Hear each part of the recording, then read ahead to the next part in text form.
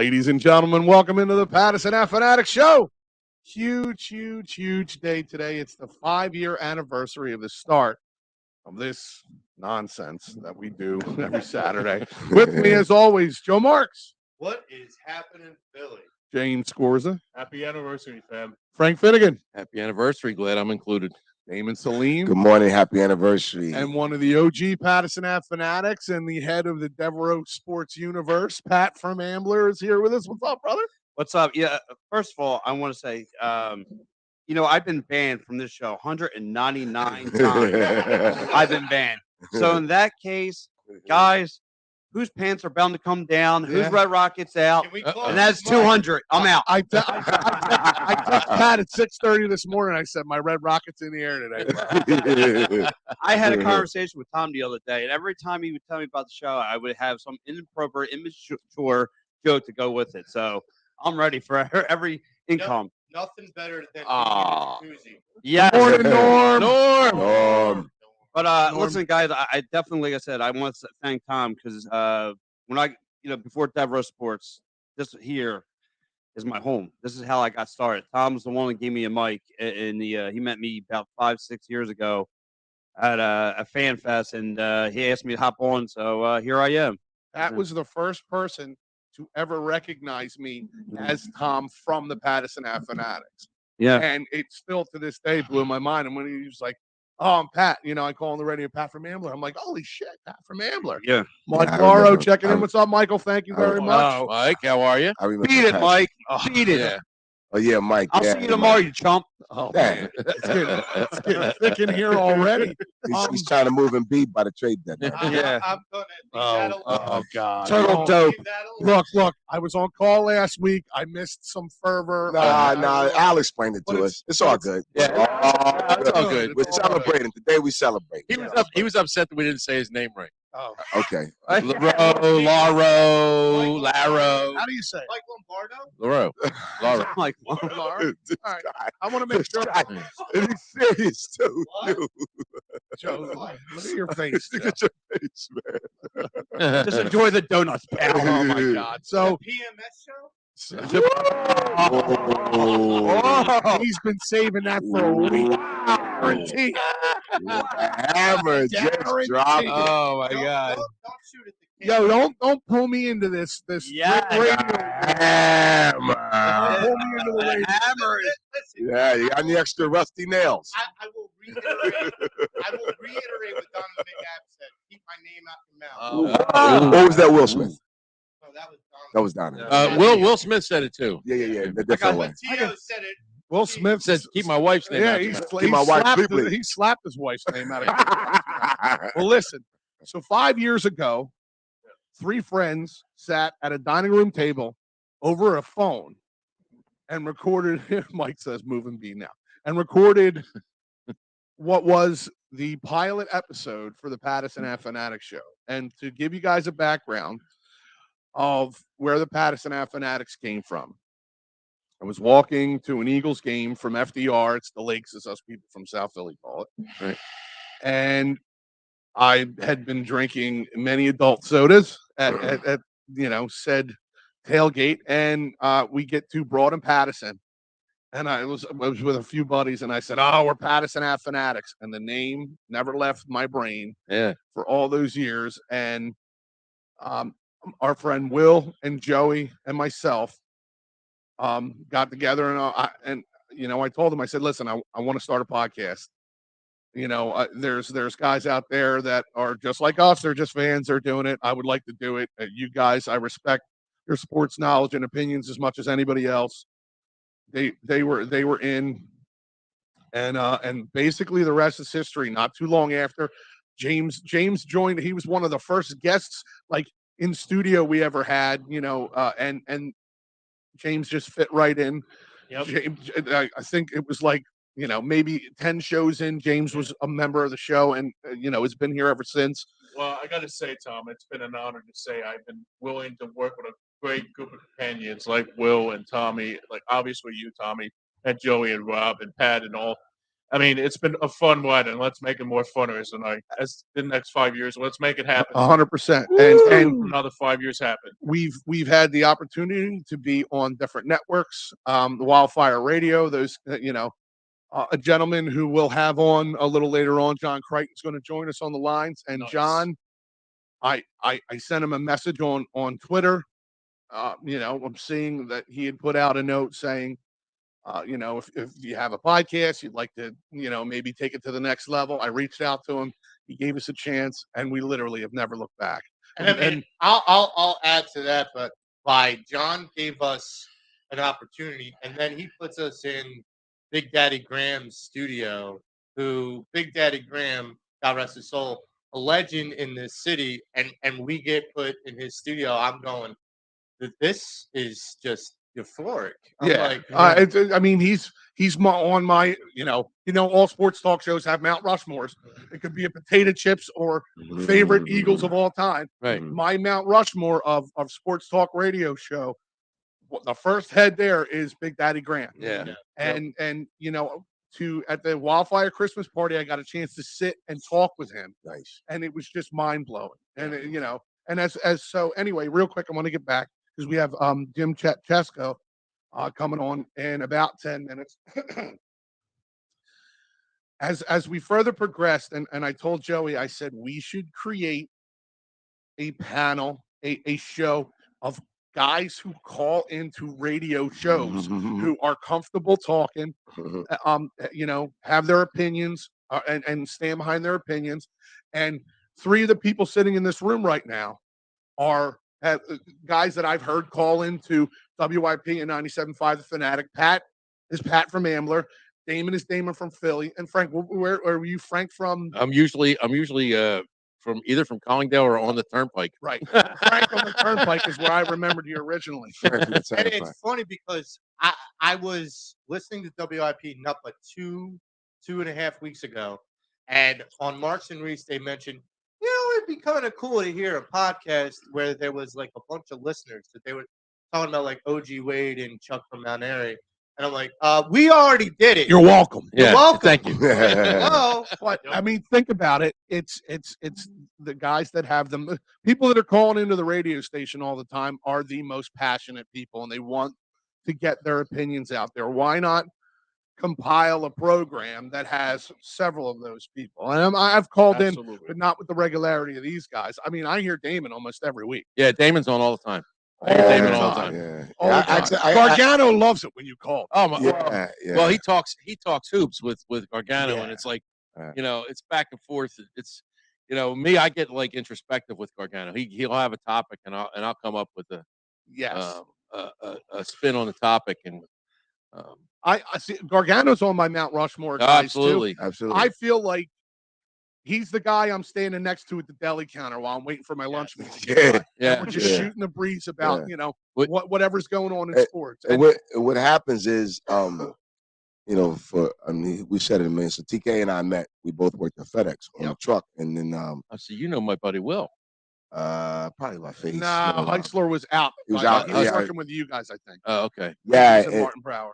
and he grabs me one day, and we're in the truck working. He said, "You're the guy that calls in." I'm like, "Yeah." And so what happens is, and I remember being invited to Wildfire Studio. It was the week before Carson was coming back. And I was like, "TK, could you get me a copy of that?" And so what this does, it's therapeutic. Like when the Eagles lose and or win, or the Sixers lose and or win, and the Phillies flies, and in these playoffs, you just got to talk to somebody, man. Yeah. You got to, and a text isn't enough sometimes. Just like, I got to get this out. This is on my mind. Yes. And sometimes I know a 2-minute exactly what you're phone saying. call isn't enough. No. So you blessed us with this, man. So I'm grateful that when you The called me only- and said we're doing this, I'm like, bet, I'm in. The only thing that would make this better, I mean, it's awesome as it is. Mm. The only thing that would make this better is if we were at a bar drinking beer doing Oh, it. Yeah, that would be was sick. that would be sick. that's been kicked around. He's like, no. That's No, thank that's you been very kicked much. around. He's like, thank you very much for that one, Frank. Now, That's I been would, kicked around. but their corner pub sports. Yes. Those guys were on Wildfire forever. Right. I give them all the credit. They literally do their show from Yeah. sitting at the bar, not Yeah. at a table at a bar or restaurant. Right. at the bar, Right. drinking, and I give those guys, a ton of credit. There's some OG podcasters. Right. The gentleman we'll have coming up in 8 minutes, Jim Chechesko, is an OG podcast. But now, how Damon and I met, the exact story. We had a bunch of new guys. I was in management at FedEx at the time. We had a bunch of newer guys come in, and they were basically just going around the room introducing people.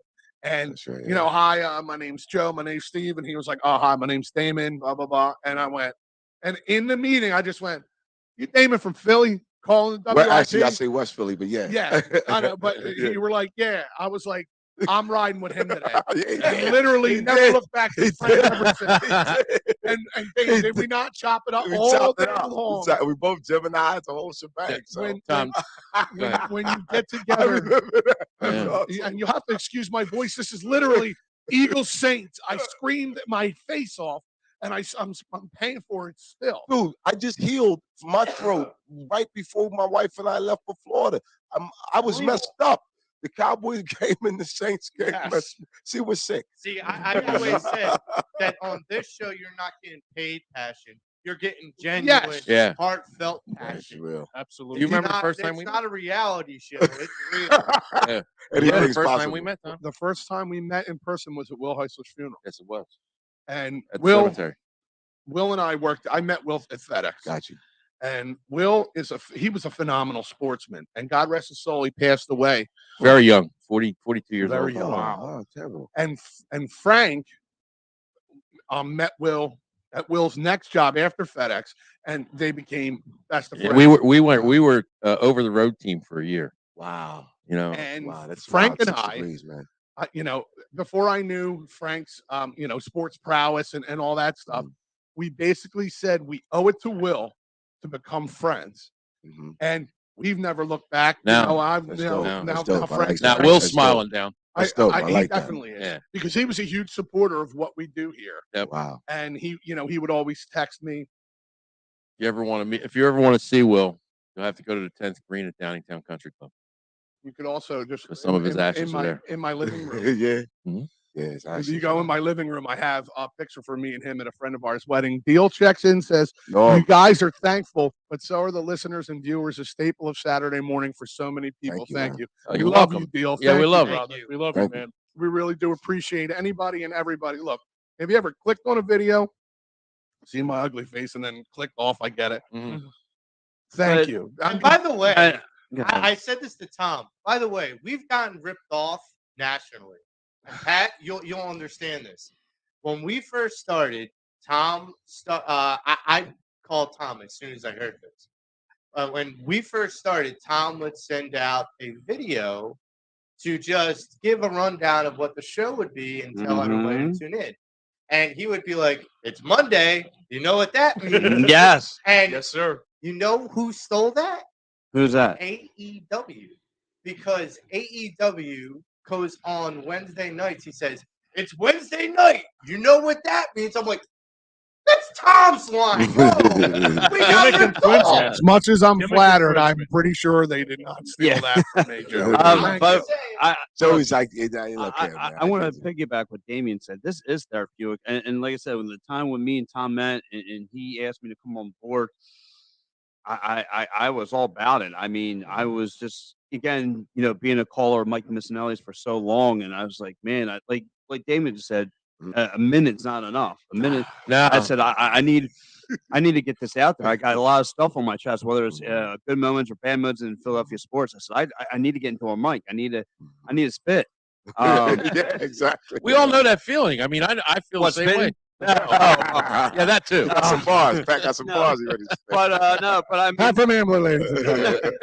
But I felt like I need to get out there. And when Tom gave me the opportunity to come down the Wildfire, again, you're in there, you see Big Daddy Graham, you're meeting some cool cats, and it's just like, wow, this is for real. You feel for real. Yeah. And I got there and I got did it multiple times, and then again, Tom's pointing me in every which way direction where I want to go, and and again, if it wasn't for him, I don't know where my podcast Devereaux Sports would be. I mean, he really helped me get my podcast off, and like I said, I'm always going to be faithful to home. This is home.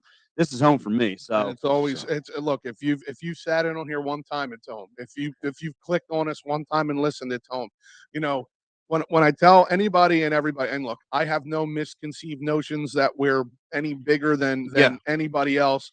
Everybody out here that's doing it, they bring their own fire and they bring their own kind of special twist on things.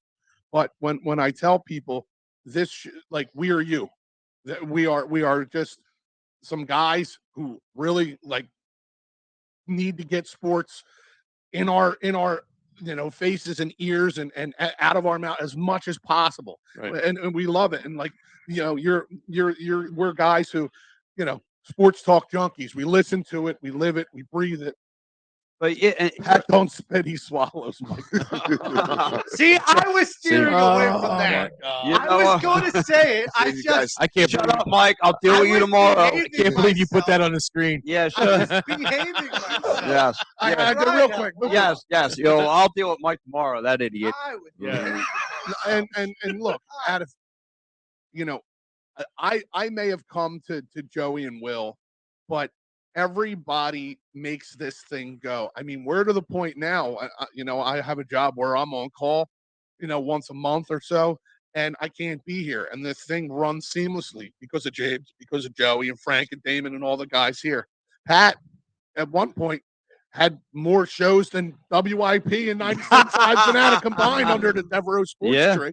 That's true. I mean, look, I worked hard. I got just like here. I came across a lot of people. It one led to two. It started originally with me, my buddy Eddie, and my cousin Dave. 83 started me, him, and Gus, and then it just multiplied. I met the John. I met and I came across, and here we are. But like I said, it comes back to square one. It comes back to here. Yeah. It comes back home. Why? Because Tom showed me the ropes. Tom schooled me on how he did things and how he worked, behind the scenes. It's not, and Tom will call you in a hot minute to help look out for you. Yeah, I could pick it back on what you Yeah. said there, Pat, too, because like I was in that same exact boat with Tom. Like I actually had a phone call one day. I came back from CSB. I actually graduated from Connecticut School of Broadcasting around maybe March of 2018, and I guess I was getting my final. I think I was going in for maybe one more demo to see if I can try to get my name out there and stuff. And Tommy calls me up and says, "Hey, I got this Pattison Ave Phanatics show, and I would like you to come and just to be on the show one time." And a week later, Right. Hold on one sec, boys. Nice. On the line with us right now, one of the OGs in this podcast game. And he's nice enough to join us this morning. Jim Chesko. Chet, good morning. Hey guys, how the hell are you? Oh, we're doing great, morning. man. we're here. Thank you. You are the first guest on our 5-year anniversary show, and you're one of the first people that I thought of to reach out to. And I was hoping that you might have had a little time for us. Absolutely. I don't have the whole backstory on how Philly Press Box Radio started. I was wondering, where did you come up with the idea for this? Because I mean, it's a phenomenal name and concept, but I often wondered kind of how you got started with that. Back in 2013, Bill Furman and I, my radio partner, were writing some stories for another blogger, I guess, and we guested on his show for a few times. And then early in 2014, Bill said, "Hey, why don't we turn this into our own little podcast?" And he had already come up with the name Philly Press Box Radio that he was writing some of his own stuff with.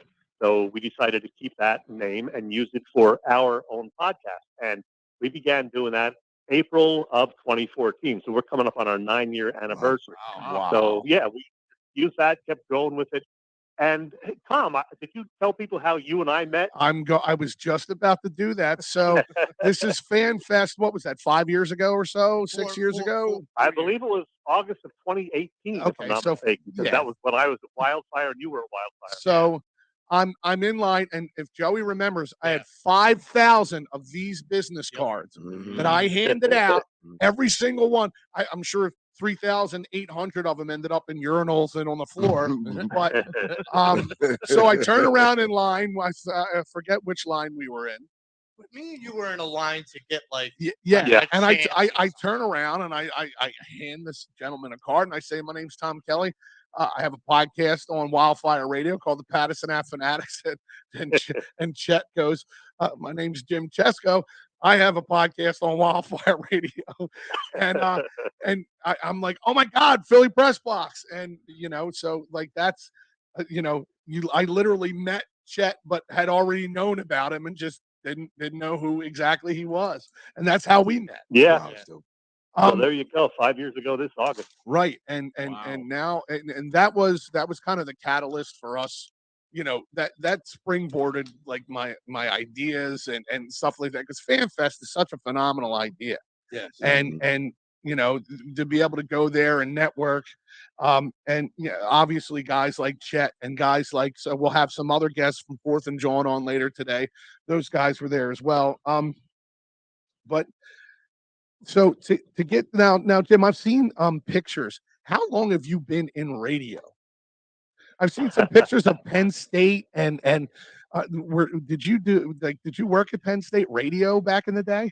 I did indeed. Yeah, I was a speech communications major at Penn State way back in the 1970s. I'm much older than I look, guys. What can I say? You're So younger yes, than me, I Chet. graduated from Penn State in 1979. Believe it or not, worked at WDSM as it was known then, the campus radio station. I think it's WPSU now, and worked in radio since that time in various spots: Pottsville, Pennsylvania, Philadelphia, New Jersey. Mostly in business news, a little bit of sports color commentary for like Princeton basketball along the way. And I'm still working in that full time now doing business news, but the highlight of my week is really doing the Wednesday evening Philly Press Box radio show with Bill. As you know, we get great guests on there all the time. So we have a blast doing that. Most Your guest list is incredible lineups. You have better guests than the big stations do, in my opinion. It's just phenomenal. Some of the guests you've had, and I guess the connections you've made throughout your career. But since this is a sports talk radio show, and in my opinion, the most polished voice in Philly podcasting is on the line with us right now. Damon Salim, in my opinion, has the best voice in Philly podcasting. But Chet, we have a playoff weekend coming up here in the NFL. We sure do. And literally we're almost a half hour in the show, and this is the first thing about sports we're actually talking here. But who do you see coming out of this weekend, and who do you see the Philadelphia Eagles kind of matching up against next week? Well, focusing on the NFC, I of course think San Francisco will beat Seattle. I don't think anybody is picking the Seahawks to win that game. But I'm taking the Giants to upset the Vikings. The Vikings have not played great down the stretch, as you guys know. And I think it's only a 2.5 or 3.5 point line or whatever. I'm taking the Giants to not only cover, but to win that game. And of course, that would mean the Giants would be the Eagles' opponent next weekend. The other game, Monday night, Dallas and Tampa, the game that nobody wants to root for either of those teams, but somebody has to win. I think Tampa Bay, Tom Brady's going to win that one. He's 7-0 against Dallas lifetime. Twice with Tampa, 5 times while he was with New England. And I don't see him losing Monday night because the Cowboys are going to do cowboy-like things in the playoffs. Excellent. Actually, Joe Scorza, who's here with us as well, and I are on the same page. I think the Giants are going to maybe not shock the world, but I think they're going to be the Eagles' first round opponent here coming up in 2 weeks. Yeah, and as long as Jalen Hurts can throw the ball a little bit, which I think he will be able to, and as long as Lane Johnson can get on the field and even be 80%, I think the Eagles would handle the Giants without a problem in a playoff game. Agreed. And then, it would be on to the NFC Championship game. But let's not get ahead of ourselves here. Right, 1 week at a time. Absolutely. So we have a bunch of guests coming on today, but I do have one more question for you, and I'm going to ask every guest that we get on the line here. What is your first sports memory? What made you fall in love with sports? It's a kind of a loaded question, and I'm sure you can go on for quite some time, but there's a reason you do what you do, and we're sitting at this table here behind these microphones. For you, what was it? I go back to the 1960s. Again, I said I'm pretty old, and just watching TV sports with my dad. And it was Phillies baseball in the summer, Eagles football in the fall, and the 76ers as well. I was a big Wilt Chamberlain fan as a little kid. And for my 10th birthday, my dad took me to see the 76ers with Wilt Chamberlain. And so, yeah, I got to see Wilt play with the Wow. Sixers live as a young boy, Wow. and that was a blast. But Richie Allen was my favorite Philly in the 1960s, and he was, appointment TV when he came up to bat because you knew there was a good chance that Dick Allen was going to hit one completely out of Connie Mack Stadium. So it was those kind of things. Just watching TV sports with my dad, I said, "Yeah, I love sports." Yeah, That was awesome. I think we can all relate to that. I saw a lot of heads kind of nodding as we're going here. Chet, last question. Favorite radio personality in Philly sports? Ooh, are we talking like a sports talk show host? Yeah, in that ilk, I guess you could say. I mean, you can go Comcast Sportsnet, Prism back in the day, whatever you wanted to do. But yeah, like favorite sports personality in this kind of world we live in. Okay. This may surprise you, but I'm going to go with Dee Lynam. That does not surprise me at all. Because she's a friend of our show. She's been on Philly Press Box Radio, I think, 15 or 16 times over the years. Always is happy to do it. But even before that, I just loved her insight on Comcast Sportsnet, as it was known the whole time she was there, and just a super nice, knowledgeable person. So I'm going to go Dee Lynam. How about that? Absolutely, that's a great answer, Chet. Thank you so much for jumping on with us. Thank you, man. You can catch Chet and Bill Furman, Philly Press Box Radio, Wednesday nights at 7 p.m. I'm still the same time, right, Chet? Yes, sir. All righty, and you can catch that on our EOP network, YouTube, Twitter. Please go and check those guys out. Chet, thank you so much for your time, my brother. This week, by the way, Mickey Moore and D. Nice. Very Another nice. old favorite. Awesome. Happy 5th anniversary, guys. All the best. Thank you, man. Chet. Take care. Appreciate Take care. it. Thank you. Take care. What was your first moment, Tom? My first moment was sitting. I remember watching Schmidt's 500th home run. Now, I'd been a fan of sports prior to that. It was, and a big fan. But what really, like that I guess come to light moment, just sitting there, laying on my living room floor, my head on my hands, watching the game. And the Phils are at Three River Stadium in Pittsburgh. Mhm. And Schmidt just cracks one, and the Harry Callis call. There it is, number 500, the 500th home run for Michael Jack Schmidt. And my dad jumping up and down, and I'm jumping up and down. And there was a lot of sports memories that involved my dad. I'm the fan that I am because of him. He was the fan that he was because of my grandfather. My first Eagles training camp, Joe Scorza takes me to.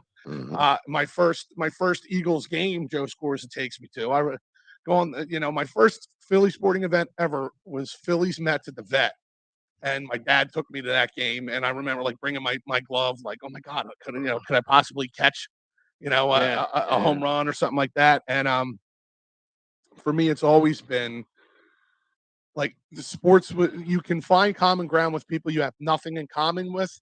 Through sports. It's something that can, like, if you know and you get it, you get it. And our town, we're blessed to live in this town.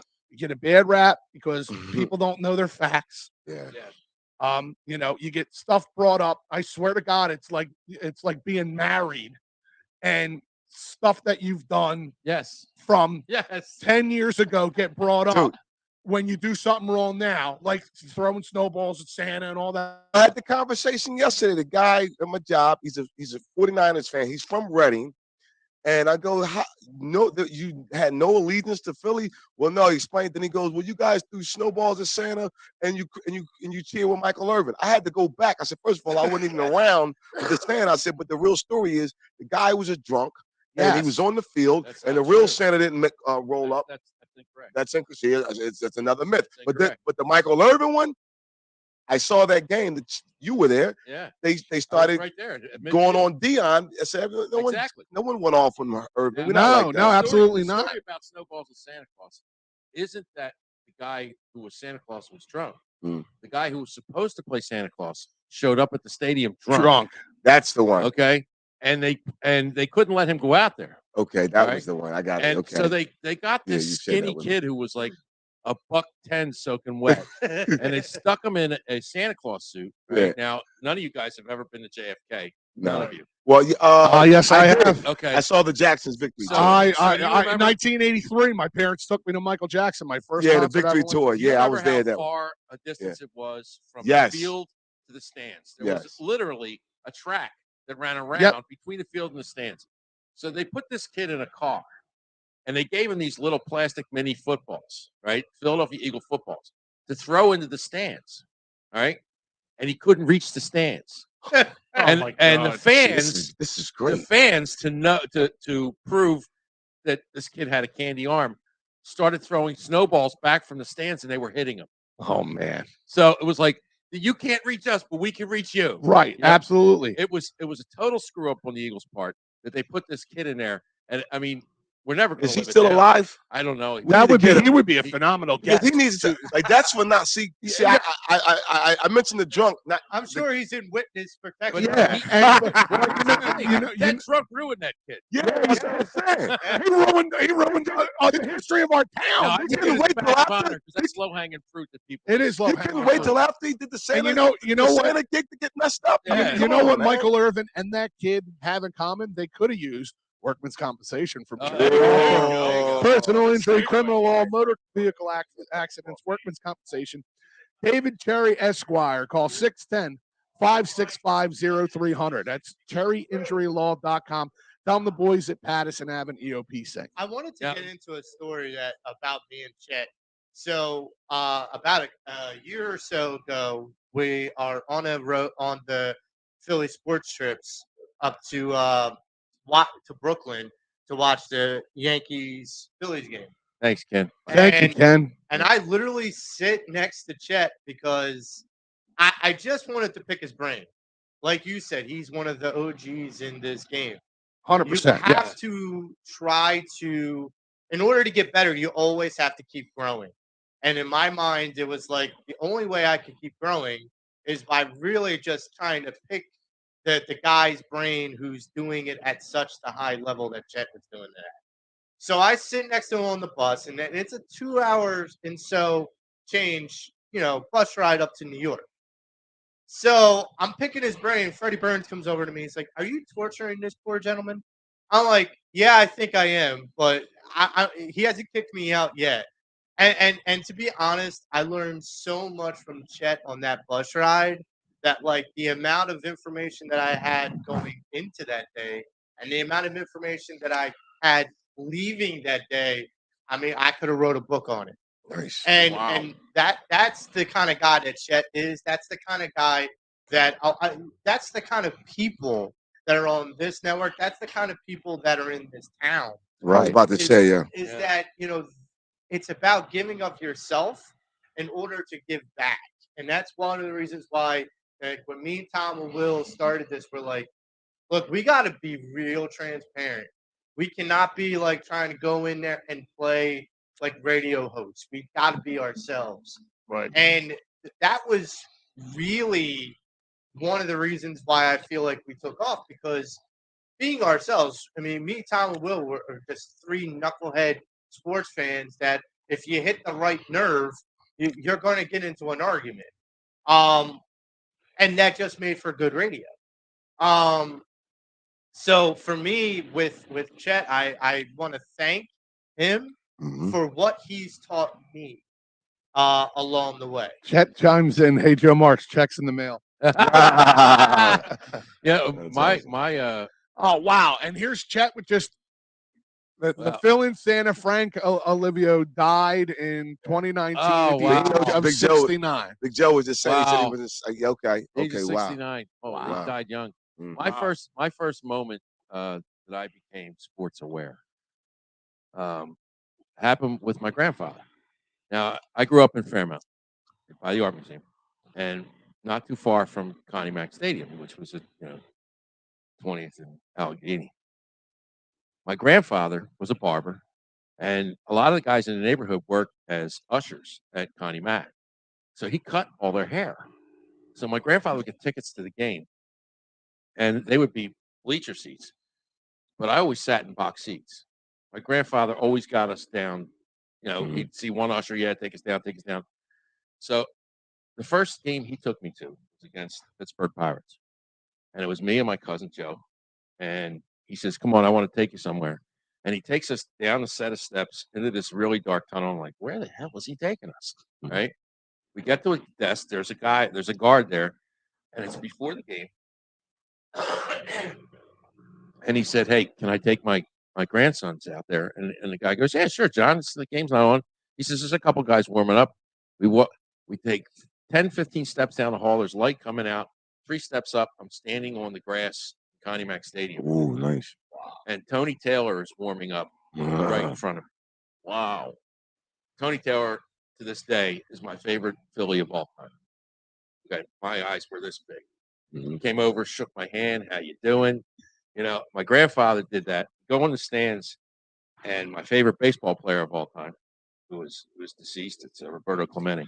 Frank, can I pause that Yeah, story? sure. We have another guest calling in on that call line right now. Caller, you're on the air with the Pattison Ave Phanatics. Tommy. John Crichton from the 215 Live Show. What's up, my brother? Tommy, how are you, sir? I'm good. So let me give John a little bit of an introduction here. Oh, Jesus. Here we go. Let me throw some rose petals at your feet. Go get a cup of coffee. It'll be a minute. I'm glad this is nobody's seeing how I look right now because I'm going to be blushing, and I don't have the time for that. So I did earlier in the show kind of give folks a little bit of a background, but when we had just started the Pattison Ave Phanatics, I saw on Twitter they basically said, hey, if you guys are looking to take your show to the next level, send me a message. Maybe we can do something. I sent you a message. You got pretty much right back to me, and we just started from there. And I've known John now 5 years. We started at Wildfire Radio with John Crichton, followed him to Yellow Jacket Media. John has he's been in this business for a long time. He's done everything you can do in this business, from just having a show to running your own studio and everything in between. And it wouldn't be an anniversary show without having you on with us today, my brother. Oh, Jesus Christ! What do I do? Do I send cash or do I? No. Certified check or money order. We Hoagies take Venmo. Yeah. We don't need to. I'll settle for Primo's Hoagies. Is that Pat Bernard laughing in the background? Pat Bernard's here. Yes, he is. I think Pat's. What's going on? I think Pat's eating another donut. So we'll give him a second here. So we're used to Pat having something in his mouth. Whoa! Yikes! Getting hammered by the hammer. Rails show off. Oh, that's that. So John, do me a favor. Can you tell the folks that are listening? We got a quality amount of live viewers as I'm looking here. You tell them how 215 Live started, how you and Frankie came up with this idea. It was one of my favorite shows for sure. Yeah, no, and Tommy, I appreciate that intro. That was very nice. I do appreciate that. Yeah, I mean, it was kind of the same really as everybody else, to be honest with you. I mean, Frankie and I are known for and we're I'm very humbly saying this, but we're known for kind of taking over parties and get-togethers with our nonsense. Sometimes him and I just go off on the rails, and 15, 20 minutes in, we look and everybody from family to friends and stuff are just watching us in awe. How can you two carry a conversation, just the two of you, for so long? And we've been doing, I've known Frankie since I was 10 years old, so we've been doing that for forever. So, phone calls that we would have, it would be 45 minutes to an hour in, and we're like, man, we're really carrying this kind of conversation, this kind of, content for this long. So, and not to bore you, but we've always kind of started things out of passion, but never really followed through. I mean, we actually started shooting a movie. We got pretty far into that. We wrote 50 pages of he wrote a horror book, and I tried, there was a lot of things that we would do out of passion, but we've never carried it through. So when we decided to do a podcast, we thought there's no way we'll be all fired up about a month for it. We'll go out and spend all of our money on equipment. We'll do all these things, but we'll never really follow through. When we did that, we started to see like, wow, we can really do this. So just that way, kind of starting it, and then I kind of leaned on some of the people that I was fortunate enough to meet in my law enforcement background, and getting people on the show, getting different guests. But we were only doing shit out of like our basement. We weren't. We started just like everybody else did. We got a very fortunate phone call one night from a friend of mine that said, "Hey, listen, I got a buddy of mine that does radio at 610. I told him about you guys, and he wanted to see if you guys wanted to do a call-in." So we're like, "Oh yeah, that's awesome." Well, here the call-in turned into an in-studio appearance, and it was only supposed to be like a 5-minute segment, really just to talk about our website and the show. That individual is now, known. Obviously, everybody knows Joe Kraus from Jacob Media. He brought us on. We did like a 5-minute segment with him, and he loved us. We ended up being a 15-minute segment every week with him. And really, just long story short, we started our show there at 610, and that's kind of where we took off. We're very fortunate along the way to find people that had given us opportunities that we probably wouldn't have had if we did it on our own. Absolutely. We're same boat, and it's the people, and I think you know me well enough. I will give 100% of credit to where it's due as far as coming through, the ranks and learning the way of this business. And you are the first name. It's you, and it's the Fourth and John guys are 1 and 1A of the reason that I'm sitting here right now, and the gentlemen around the table are sitting here with. Well, listen, I tell everybody, Tom, and I always appreciate that compliment because you've said it numerous times. But I tell everybody that when I started the business end of podcasting, when I went to Wildfire and started that business part of it, my whole thing was I wanted to get people. I didn't care about money. I didn't care about how much it cost to do a show, anything like that. I hated that part. My whole thing was I loved giving people a platform to talk about whatever it was they wanted to talk about, not necessarily sports, whatever it was. One of my pitches where you can come in, if you're passionate about yawning and you want to come in and yawn for an hour, then do it. Like, I don't give a shit. He's like not lying. Whatever He's your not passion lying is, at right? all. So, and it's to you, Tommy. Like I always told you this. Like I saw from the very beginning just your passion for doing it, the way you hustled. One of the best stories that I like to tell people when I was selling podcasting was your story about what was it? I believe the check cashing robbery and the Pattison Ave card was in the shot. Joe Marks. Yep. That's on me. Right place, right time. I told people, I said, there was nobody, and I will tell you this, and I'm not just saying this because I'm on the show. The Pattison Ave Phanatics alone as a group are just amazing at pushing the brand and being passionate. But I will say that there was nobody that I worked with that hustled more or that was more passionate about their brand and what they were doing than you were. So for me, like, I just gave you the platform. But you guys, Tommy and the group and everybody that's been involved in it, like, you guys had to do it. It's not successful unless you do it. You got to do all the work. I just give you the platform. So I appreciate that compliment, but you're where you're at. And your boys are where you guys are at because of your hard work. Oh man, that's Thank you. that for sure. Man. It doesn't work. It's fun. All right, so you're right, Frank. It isn't work. It's fun. It's a labor of love, as they say. It is. Yep. So, John, while I got you on here, this is a sports talk show. I'm going to bounce one off you. I know you know your sports across the board, but I know how big of a Sixers fan you are. This team is currently constructed. How far of a run can you see this team making in the playoffs if they remain healthy throughout the rest of the season? Who's the Sixers? Is that a basketball team? Oh God, don't start. You'll get Damon all fired up.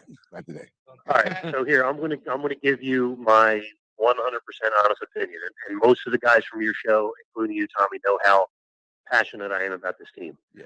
covered it. I'm fortunate enough to write about it, be at press conferences, all that stuff. I was a season ticket holder in '97 all the way up to 2015, so I've seen a lot of bad basketball. Okay, this team, I will tell you right now, number one, I have not watched a full game yet this season. Wow. Not from start to finish. Okay, I've tuned in and have been completely annoyed to the point where I've turned games off. And I will tell you right now, they will not get out of the second round again. I love Joel Embiid. Frankie will come on here and tell you that Joel Embiid is vaulted to his favorite all-time Sixer. But I will tell you right now, like, they will, and I'm going to hear a lot of moans and groans, I'm sure, from your guys, but they will never win a title with Joel Embiid. It's not because of him. He's an all-world player. He's one of my favorite players ever. It's not because of him. It's just it gives me the Iverson vibe, where there's a player so good and so dominant and so important to 99.9% of the team that there's for some reason you can't construct the right team around them. I don't know what it is. You know, we were all hyper about Harden coming in. You know, the moves that they made, the bench that they brought in. I understand the coach is bad, but so is Brett Brown. So how many coaches do we put around this guy? How many players do we put around this guy? Is it just going to continue to be the same thing? Maybe they'll get one flash in the pan season where they go to a final like Iverson did, but I don't see this team being successful in the Joel Embiid era, other than just winning a lot of games and being one of the top 4 teams in the conference, and maybe doing some damage in the first round, and you get hyped up and go, okay, this is the year. But I really don't see them going deep, specifically this year. This team this year is just completely frustrating. John, They go on an 8-game winning streak, and then they lose 4 or 5 bad games, and you're just like, this is how it's going to be.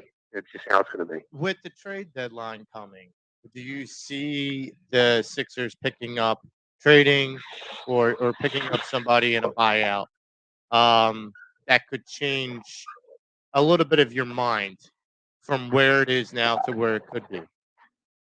I don't think so, because like you have to get an impact player. Yeah. Maybe you have to get an impact guy, because you know when you had Ben here, you knew what you're going to get out of Ben, right? You're going to get 12 to 15. One night he might go off, score 25 to 30.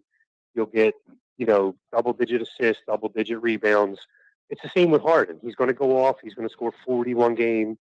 He'll look amazing for a, you know, week to 2 week stretch. You know, 25, 30 points a game, triple doubles. You know, the other night with the 21 assists and all that. Like, but those kind of players around Embiid aren't consistent enough, right? He's a star. James Harden's a star, 100%. Joel Embiid's a superstar, 100%. But what kind of player can you get at a deadline with this team currently constructed the way it is that's going to make an impact enough to go, okay, yeah, now the Philadelphia 76ers are the team to beat? They just don't. They don't have there's nobody out there like that right now. Your Robin 2.0 is Tobias Harris. Can you win with that guy having to score 15 to 20 points every game? I just got to chime in. I have to chime in for a second. I have to chime in. In all due respect, I noticed you said you didn't watch all the games. I disagree with you. This is Dane, by the way, and I only say that to say, of course, this is a different team. This is a very, very, very different team. I got to shout out Richard Jefferson last night on ESPN, who has the Sixers as one of the teams to win. He has them top 3 in the East. And I only say it to say, when you say you haven't watched a lot of it, you're missing some things. And I'm saying this to say, Harden is playing some of his best basketball. And someone pointed out last night. I forget his name, from Chicago, but he said that Harden, because they compared him to Kyrie, well, Harden can drop 40, but Kyrie's only averaged not even 7 assists a game. Now, Harden's averaging 12 assists a game, and he's taking his scoring down. That tandem with he and Joel is the best tandem in the league right now. And Joel, that 12-foot jump shot that Doc is allowed him to make, that's a layup. And in totality, young boy Maxi's come in and he's only going to get better. And this is the 10th game I think the starters will play together collectively. So in all fairness, and I get everyone's frustration. You're not wrong. You're not wrong. They have to come out of this second round. But to say that they're not going to win with him, that's like saying, the Eagles aren't. That's a strong prediction that I can't say it like that. I knew Dame was. No, and I get it with everyone with this situation.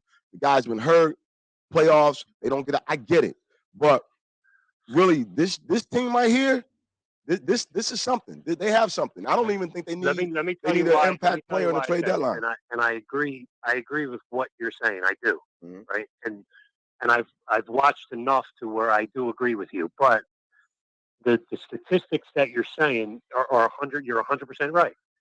And the tandem and all that stuff. But because Joel Embiid is so good, Mhm. because he's a superstar, he's one of the best. He's a top 3 player in the league, superstar, legitimate, bona fide, right? Anybody that they've had, like him and Ben Simmons, were statistically one of the best duos in the league. So it's when and statistically, if you look at when him and Maxey were at, when Maxey was playing at his peak before he got hurt last season and to start, they were, when they're on the floor together, were statistically one of the best duos in the league. So I agree with you there 100%. But that is the kind of thing that it can carry you, but it doesn't give you that push over the top to where in a 7-game series against the Bucks or against the way that the Celtics are currently constructed, Right. or even, let's be honest, the way that the Nets are currently playing, in a 7-game series, you're going to be able to beat any one of those 3 teams. I mean, they go out and they have trouble with the Raptors when everybody's on the floor and they're all playing together. They have trouble against teams like the Pacers when everybody. So to put them against those top 3 teams in the East, I 100% agree with you. But that's statistically the best duo is because Joel Embiid is so good. But here's the thing: I will say this, and I was thinking it, and then they talked about it when they did the show 97.5 with all the guests. All-Star Day. All-Star Day. And someone pointed out, and I'm like, this is it. If you look at Joel this year, his shots, he's scoring 30 effortlessly. And the reason is James Harden. When Ben Simmons was on the court with him, Joey's boy, Joe had to struggle to get those points. Now it's like, oh, Joe, go here, bam. Joe, go here, bam. So I'll say this: we want to ride with the birds, but I'm going to say this: the Sixers going to give us a really, really, really good surprise in spring. I'm not only going to second that name. I mean, guys, I do a crystal ball thing every once in a while. No, you don't say. And I've been watching the Sixers the last, I guess, month and a half, and I've told you that the season doesn't start till Christmas. Right? I saw something in the Sixers this leading up to Christmas because of the injuries that I haven't seen in the past 4 years, and that's continuity on the bench. Mm-hmm. The Sixers are going to the finals. There's no doubt about it in my mind. The Sixers are going to the finals. And who said that? Who's talking? This is Frank Finnegan. Frank from the Turnpike. One of the callers called in the other station. By the way, I can't give you a technical breakdown of why they're going to do this. Mm-hmm. I just see a different team that I've seen the last 4 years. Technically, when you I totally disagree. When you technically I just wanted to know who was talking, so I knew who was going to buy me lunch when that doesn't happen. Oh, you know what? That's a bet, brother. Hang on. So, Joe, I'll put it for dessert. Hold on, I got to keep the show moving. I'll put it for dessert. John, thank you so much for calling in. I got a lot of guys on the rotation today, but thank you, John. thank you so so much, brother. Much brother. love to you, and hopefully we'll be talking to you down the road, my friend. Hey, you never know. Maybe something's in the works. You never ever know. All right, my brother. Thank you, John Craig, 215 Live. See ya. Keep it up. Yes, sir. That guy. Make your point. So, for Frank, you have to I've got to give Frank a lot of kudos because he stood on a platform that no one else I on this remember. network stood on. That's And our right. old studio. And he deserves to get all the praise in that.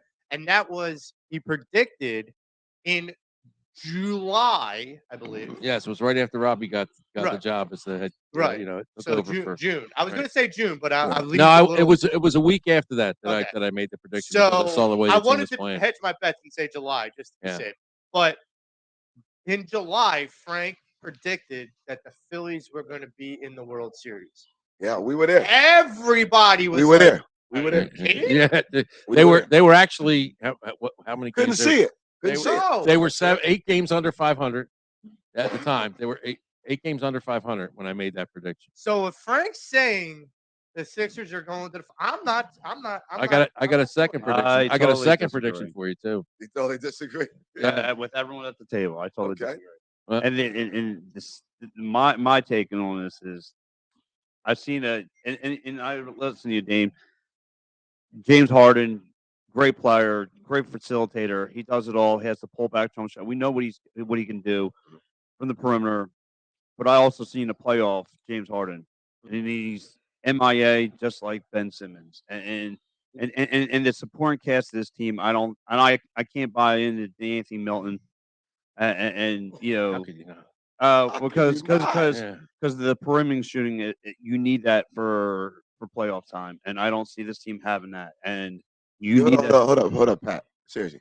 Like you don't see him hitting those threes and driving, and he reminds me of a play. Even though he's from LA, he reminds me of a dude from North Philly, man. His game, Yeah, he his does. game, his He game. plays nasty. He plays nasty, and Oh, is yeah. a heck of a defender. And when Heck your coach already has scheduled losses in the schedule. Go down this pipe again. Before you start Pat's spewing flipping the show on its ear. I love it. before you start spewing propaganda, Uh-oh. get your facts right. Oh, here we Okay. go. Here You we got go. that. You got the Here hammer. we- Thanks, Pat. Now Good, got I got. This is what I love. One thing about you, Joe, you love facts, and not the facts of life. Just facts. You take the good, you I take like the the bad. bad. Then you get the laugh. But the 76ers, percentage-wise, are one of the tops in the NBA in three-point percentage. Regular season. Look it up. Regular season. Yeah, but we. No, but right now. Regular season. Right Right now it's now. regular season. Right. But Okay. my point is this. What three-point shooters did they have in the playoffs last year? Korkmaz? And Where's Niang. he at? Nowhere. Yeah. Matt, there's a reason It's a why different- Frank makes a valid point Yep. about the people we've put on Yep. this bench It's a that are different squad. actually viable Okay. three-point threats like Melton, House, Niang's now stepping up. These are viable guys, not for Korkmaz and Shake Joe. freaking Milton. Joe, real quick, real quick, because part of what we do here is give shout outs and credit where credit is due. Out of the Box Sports Network writes in, congrats on 5 years. Thank you for paving the way. Inspiration to myself as we were 7 months with 200 shows. Thanks for taking the time. Many late nights helping me with my StreamYard. Paul Spencer from Out of the Box Sports.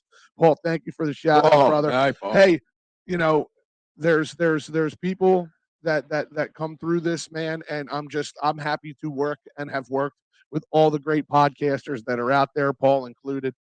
You got the Sully squad jumping in, talking to Melton. Looks like the dude from Friday who got his chain taken, but he can shoot. Pat, LOL. It's like, That's hilarious. Phenomenal. That's hilarious. Phenomenal.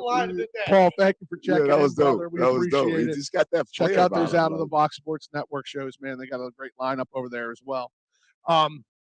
Joey, I understand your fervor and I understand your fire, where you're coming from. Okay.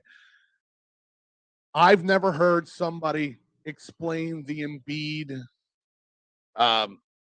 situation, this whole thing Carousel? with Embiid. I've never heard somebody explain it quite like John Crichton did. Yeah. And I'm not saying I agree or disagree. I'm saying it intrigued me. Well, he's not incorrect. No, he's not. He's not. He's not incorrect, but I'm not talking about correct or incorrect. I mean, when I made that Phillies prediction last year, it was a feel. Right. I mean, I've been around long enough, seen a lot of teams play, and I get a feel from the squad right now. Can I ask you a And question real quick and about that's- your field? And I'm being serious. Let's go back to the Phillies. If I recall, when Girardi was managing the team, it felt like a a lull, like they were just. They didn't want to play for him. Yeah, and so when they make the move, all of a sudden everyone's lifted, right? Right. And I don't speak for you because you're going to continue, but I feel this with the Sixers, like Doc's buying into them and they're buying into Doc. You know what? I think, and he's listening to his, he's listening to his assistant coaches. Those assistant coaches are speaking a lot more than in the past. I'm telling you something. I'm going to tell you something right now. It ain't Doc. It ain't Same Doc. to They're gonna win. The assistant coaches. No, they're gonna do it in spite of Doc. It's like because I think the guys that Morey. KG and Paul Pierce said that they used to ignore him. Yeah, no, I didn't hear that. I'll leave that for another day. This is a vibe I'm getting. And I don't know paraphrase. When I watch the games and I watch these guys play, and I mean there was ample opportunity for the bench guys to play when the big three were out of the lineup. Oh yeah. Okay. And I saw something there. I was like, this looks different. This has a different vibe to it.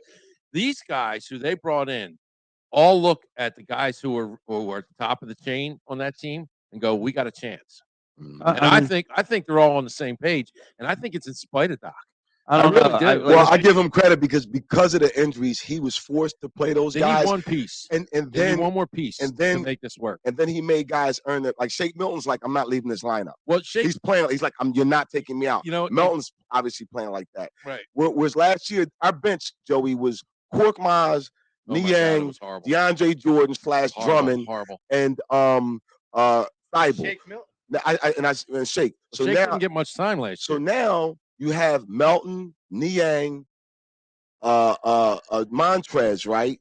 And then you have Thibault. So now if you notice with the lineups, he's spotting Thibault, meaning I need your defense, but you know what? No offense, fine. But he did. The whole team did defensively. But so now moving forward, I have 3 legitimate scorers out there: Shake, Melton, and now Maxey. And he's just getting in the gear with those guys. And don't look. Listen, he's just getting in the gear with those guys. And I'm not going to. And I think you're missing some names because I feel like Niang. My bad. Niang. Bang bang. Niang. My bad. That's my man. Bang bang. Bang. Montrez.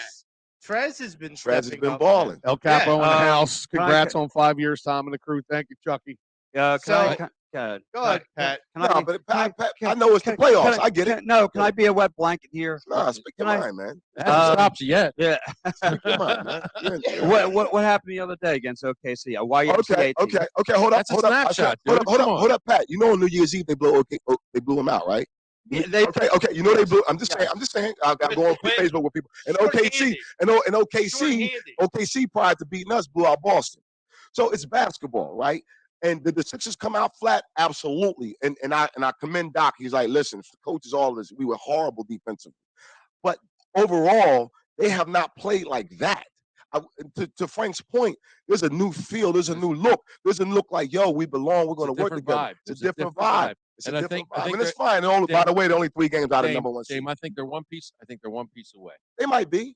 And they might be. And it's really because of Shake that they're one piece away. I know Shake's not your guy. No, well, it's not that. I mean, Shake's playing better this year. He's playing better. He's playing better than I've ever seen him play. He's playing for his minutes. Yeah, he is. He is. He's playing for his minutes. More consistent than I've ever seen. They need a point guard. They do need a point guard. They need a point guard, and I mean not a combo guard. They need a point guard. They need a straight point guard. They need like a Mark Jackson who can give them 12, 14 minutes a game. Yeah, that's it. If they get that guy, by the deadline, nothing's going to stop this team. And I'll tell you why Shake can't be that guy, because he wants to score. Yes, he gets selfish every once in a while at the detriment to the team, and they get off track when he starts getting that way. When he goes, "Oh, I got to get mine. I'm feeling it tonight." Right. No. You need a guy. You got to pull him back and go, "No, we're going to put this point guard in and let him run the squad while Harden's on the bench." Okay, that's what they need. They need that guy off the bench who can pilot the team. Just like I'm still in the Carmelo camp. Just like we said before, when Embiid goes off the court, you need somebody that can still be a viable big guy. PJ talking. And do you know where Embiid goes? I'm going to tell you something about Hold on. I'm going to tell you something about PJ Tucker. Give me one sec. You know where Embiid goes when he goes off the court? Where's that? To Dolan's Bar. Oh, or East Sellers Ave, Ridley Park, PA. Every Eagles game, memorabilia giveaways, cheesesteaks, wings, cheesesteak, great drink specials. And at Dolan's, you never know what person might show up. You better get there before the big fella because there won't be any food left. Yes, there. sir. In fact, I posted on Facebook. You'll appreciate this. When people criticize PJ Tucker, there was a guy. Big Joe remembers this, and Frank remembers, by the name of Mark Ivoroni. Yes. That's the PJ Tucker of the Sixers. Well, I'm going to tell you right. PJ's a little bit better than Mark. I'm going to tell you. I'm going to tell you about PJ Tucker. PJ Tucker has been around the league long enough to know that he doesn't have the legs to go 82 games. Right. Okay. So you're not going to see PJ Tucker play until there's 10 games left in the season, and then PJ's going to go, okay, my turn. And I'm going to tell you something. You get in the playoffs, I want that nasty son of a bitch in the game. Yeah. I like what he's doing. He gets the tip balls. He's getting extra rebounds And for us. he's saving himself. He doesn't need to kill himself now because he knows what's ahead of him. PJ's doing what he's supposed to be doing. Yeah, he is. But he's not pushing himself. He doesn't have to. I agree. And he's saving it. I'm telling you, last 10 games of the season, if PJ doesn't make a move with his game, then I'm going to go, uh-oh. Now I will say this to Joey's Uh-huh. point. I would like to see them get stronger in the perimeter three-point shot defense. They have to improve upon that, Joey, and rebounding. The thing about them rebounding the ball is a tricky thing. When they're on defense, Doc somehow wants them to get back for transition D. I'm trying to figure that out. You got to pick one or the other. Yeah, and but I think to your point, if they can pick up the 3-point defense is going to help a little bit. Because a lot of times I'm like, dude, y'all can't box out. Y'all can't see the guy coming through like that. That does annoy me. I'm not saying it all, clean across the slate. But he had plenty of time to improve upon that. But listen, man, I really like this team a lot. I'm I like the vibe. I like the vibe. It's I like what I'm seeing. different vibe I'm than seeing the the last 4 bench. years. And I love when they move the ball, and I expect them to beat Utah tonight. I love that. When people start talking about Joel Embiid, you ever like on a hot day, you're walking down or you're driving on the highway and you see like the steam coming off. Yeah. That's what I see over Damon's head when people start talking about Joel Embiid. Oh, great. So you know what happens. So you guys are talking about this sport. So my friend Michael, I don't know where he is. We lost contact when I was a little boy. His father used to take us to the arena, Big Joe. I was a little boy and I fell asleep. I was sitting on the floor. We fell asleep. That's how far I go back with ball. When the Sixers would play at the arena once in a while they moved the inspection. But one day he says to me, we're going to watch Dr. J. And I said, who's Dr. J? He says, you don't know who Dr. J is? He said, the Sixers just got him. And we sat and watched Doc, and that became my favorite player of all time. I fell in love with sports. I'm watching Dick Vermeil with Big Al Michael, what God rest his soul, Al Meltzer, and the Dick Vermeil show. Next thing I know, I'm watching the Eagles play the St. Louis Cardinals, if you will. Yes. And I fell in love ever since then. Yeah. And so, I've always been 4 for 4. I don't get it how people can grow up in Philly and not love your teams, but that's just me for another day. Well, look, nothing against these heathenist human beings. I don't get it. I don't. Look, and it's like, so I think it's the Eagles fan and the Philly sports fan that just gets absolutely under the skin of some of these people. Hold on. I have on the line, calling and right. I told you guys we have a jam-packed day today, so I got to keep it moving. On the line with us right now, I'd like to make an introduction to one of the founding fathers of the Pattison Ave Phanatics show, my great friend and Joey's great friend, William Lynn. Willie Guns, what's up, my brother? Hey, happy 5 years, fellas. Thank you, dude. None of it's here without you, bro. None of it is here without you, man. Thank you. How when I came to you guys, like what were you thinking when we started this whole thing? Were you thinking it won't do anything? It wouldn't, it'll just be us talking at the table. Did you see it doing what it eventually did? Well, I knew that we knew sports, and I knew that when we talked about it, we had such a great passion that I think that some people would really like it. And to be honest with you, I didn't really care if they did or not. I just wanted to talk sports with you guys. Dude, and I couldn't have thought of two better people to start this journey with than the gentleman that's on the line with us right now and the gentleman to my right here. We like Will said, there's a passion and a fire that comes from your 4 for 4, niche fans that we all are, that you don't get it from talking to the casual fan. You don't get it talking to the 3-for-4 fan. If you ever notice the 3-for-4 fan or a 2-for-4 fan, they don't seem, at least to me, to have the same fire or psychoticness as a 4-for-4 fan.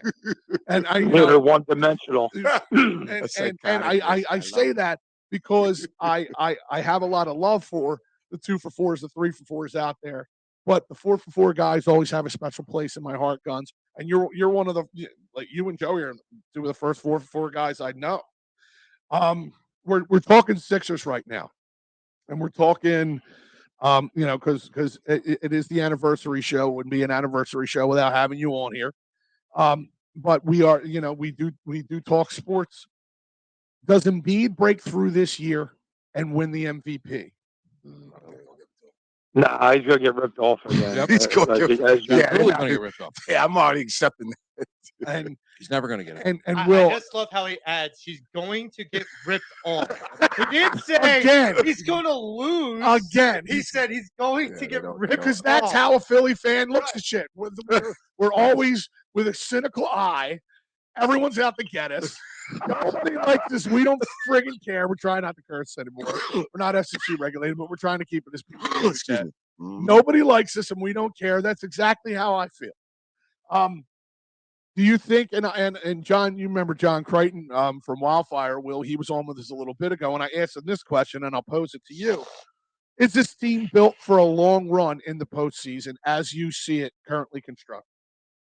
Absolutely, Now, absolutely. what pieces have you most surprised about this season, and what players on this team really kind of caught your eye so far this year?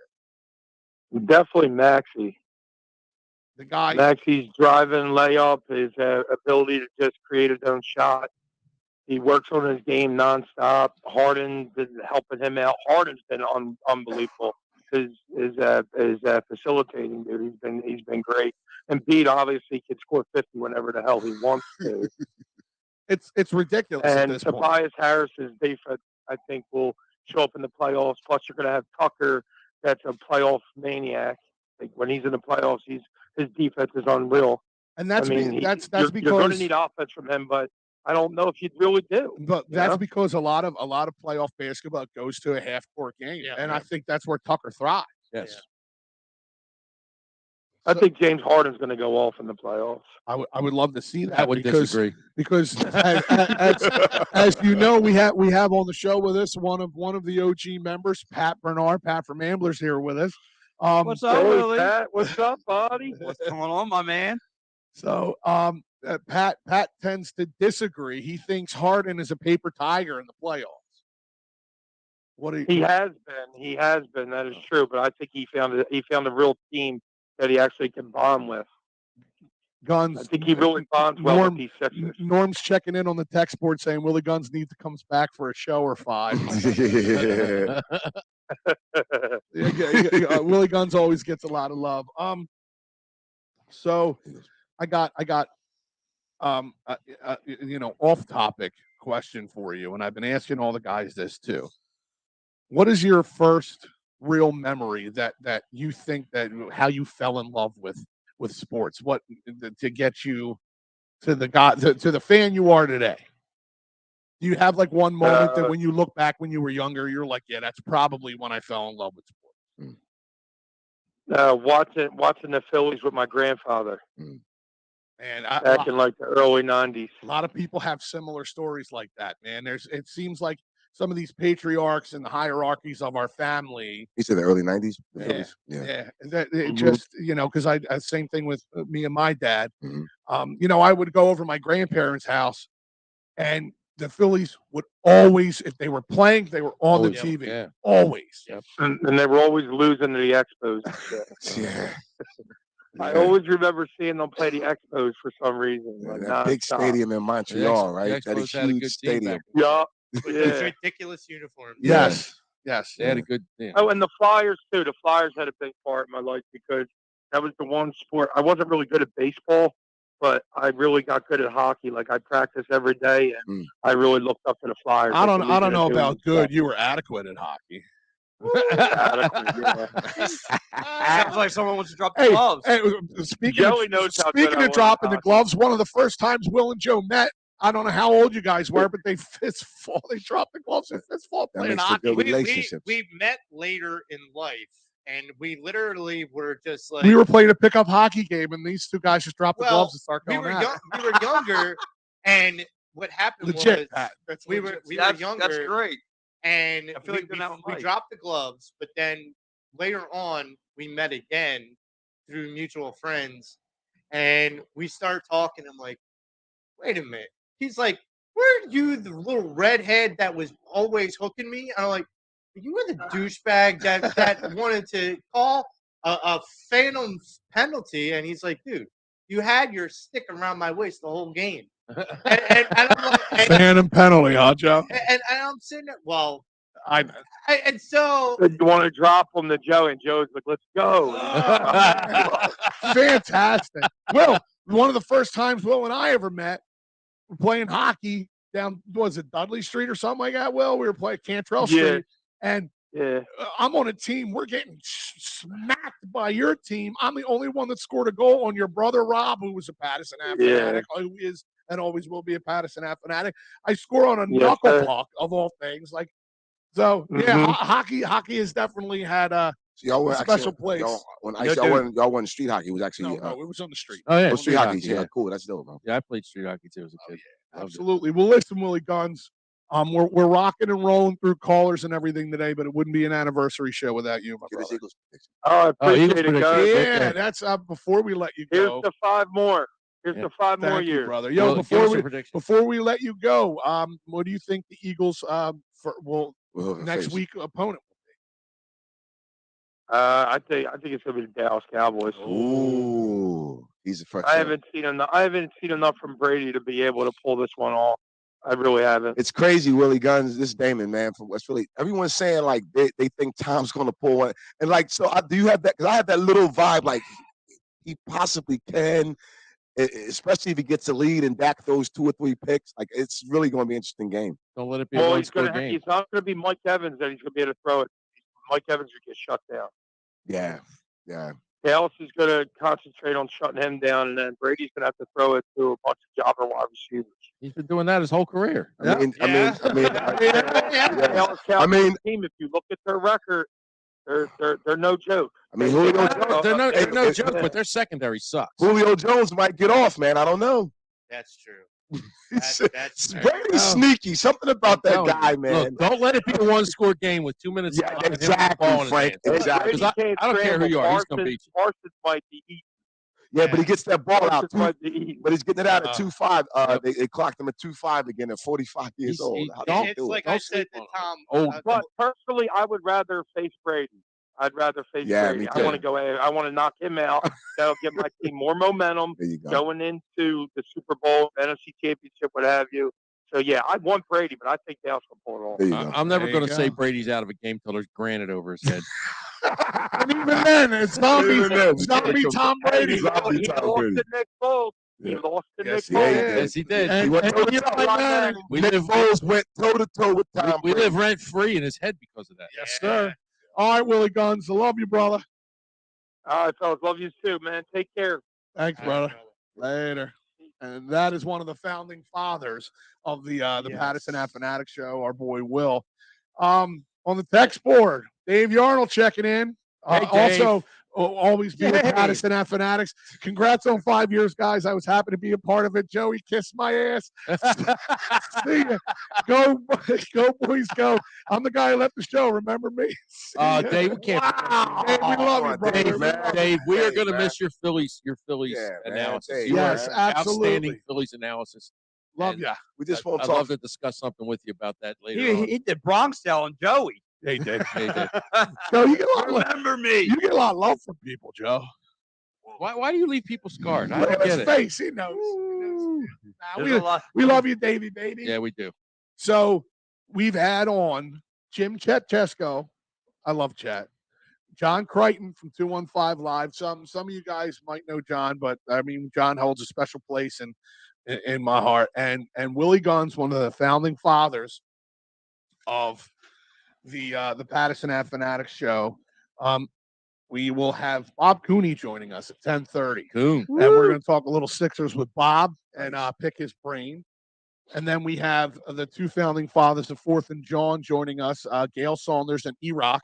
Nice. Will be joining us as well. And to cap the show at 11:30, the Cuz will be joining us. Nice. And we'll get to talk to Gargano about Birds, his prediction, he's terrified of what's going on with Hurts right now. If you listen to Anthony at all, he's a little scared. He's a little nervous. I think it's all smokescreen, to be honest. I'm starting to get that same feeling. What? That it's just a smoke screen? Because you never hear Sirianni. I mean, he is as outward as he can be. He also keeps things close to the vest. If you know what I'm saying, right? So all of a sudden, he's talking to us about injuries. Not just when Sirianni. he didn't want to talk to us about C.J. Gardner. We knew he had a severed liver. I mean, a spleen or whatever it was. Kidney, whatever it was. There's what? Yeah, It's like and then Hurts is 700 talking years of about his collective injury. collective sports seasons that we've watched in this room. How many- 700 years of collective sports seasons that we've all watched. More than a half a century. Okay. No. I know, but when you put all the sports seasons, half a millennium. when you put all the sports seasons together of everything that we've all watched in our lives, we've seen a hell of a lot of sports. I have never, ever in my entire life watching sports saw a coach get on the microphone and go, he was really hurt. Yeah. And I never saw a quarterback go, all I could do was throw a towel today. Who the hell does that? Who the hell tells the team that they're going to play? He was throwing a towel. We got this. No, this is all a smoke screen. This is all a smoke screen. And I don't care who comes in here. I don't care. I don't care if other coaches are playing checkers here. I don't care if they dig Duke Rodney up and bring back the Four Horsemen. Whoever's coming in here next Saturday is getting annihilated. I love it. Getting annihilated. It's funny. I'm laughing because I'm thinking the same thing. Go, whoa, what is this? Nobody's ever done that. Nobody says, "Oh my God, it was really, really hurt." Sirianni doesn't even tell you. He goes, "Well, I haven't looked at the report yet." So Andy will come out, injury that give you the injuries, and then he tells you about the game. But this guy gives you nothing. All of a sudden, they give him injury reports, everything. What time he's getting his Vicks rubbed down. You guys ever see True Romance? You ever see True Romance? When he gets his jazz bath, like yeah. When what's it called, sitting in the chair and he's telling him, he says, you're telling me a lot. Yeah. Oh, you're telling me, you're giving me all this information, but you're not telling me what I want. Yeah. And I'm telling you, that's exactly what they're doing. Great. Pat, is that what you're thinking? Your feelings kind of going on here? Do you think this is all it's curious, Yeah, I don't buy in. Look, again, the X factor, not having Lane Johnson in your lineup is the O-line is day and night. I mean, you see the penalties they take, the stupid stuff that they do. I mean, once you have Lane Johnson in there, if you have him at 85%, you're still good. You still Did you see the WWF thing he did on? Yeah. Oh my God, how great was that? I was ready to run through He's coming back, and he's going to destroy you. Whoever comes out, I'm telling you, this is a smoke screen. That's why. But like I said, okay, and I see all the G-men, getting themselves excited and all that stuff. They feel as soon as they go through the Vikings, it's going to be a cakewalk down here. And look, and I thought that for a while, even myself included, because without Lane Johnson, I didn't know where Lane Johnson was health-wise, but with him in your lineup, it's it puts more comfort for my man Jalen Hurts to do what he needs to do with the rock, and again, it opens up the run game, and that's one thing Nick Sirianni needs to get back to do it. And Shane Steichen, they need to that's a Sal Pass. Yeah, you have to input the run game. You have to get at least 50-50 with the run.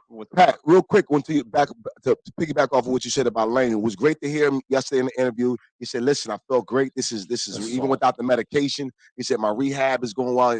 Encouragement.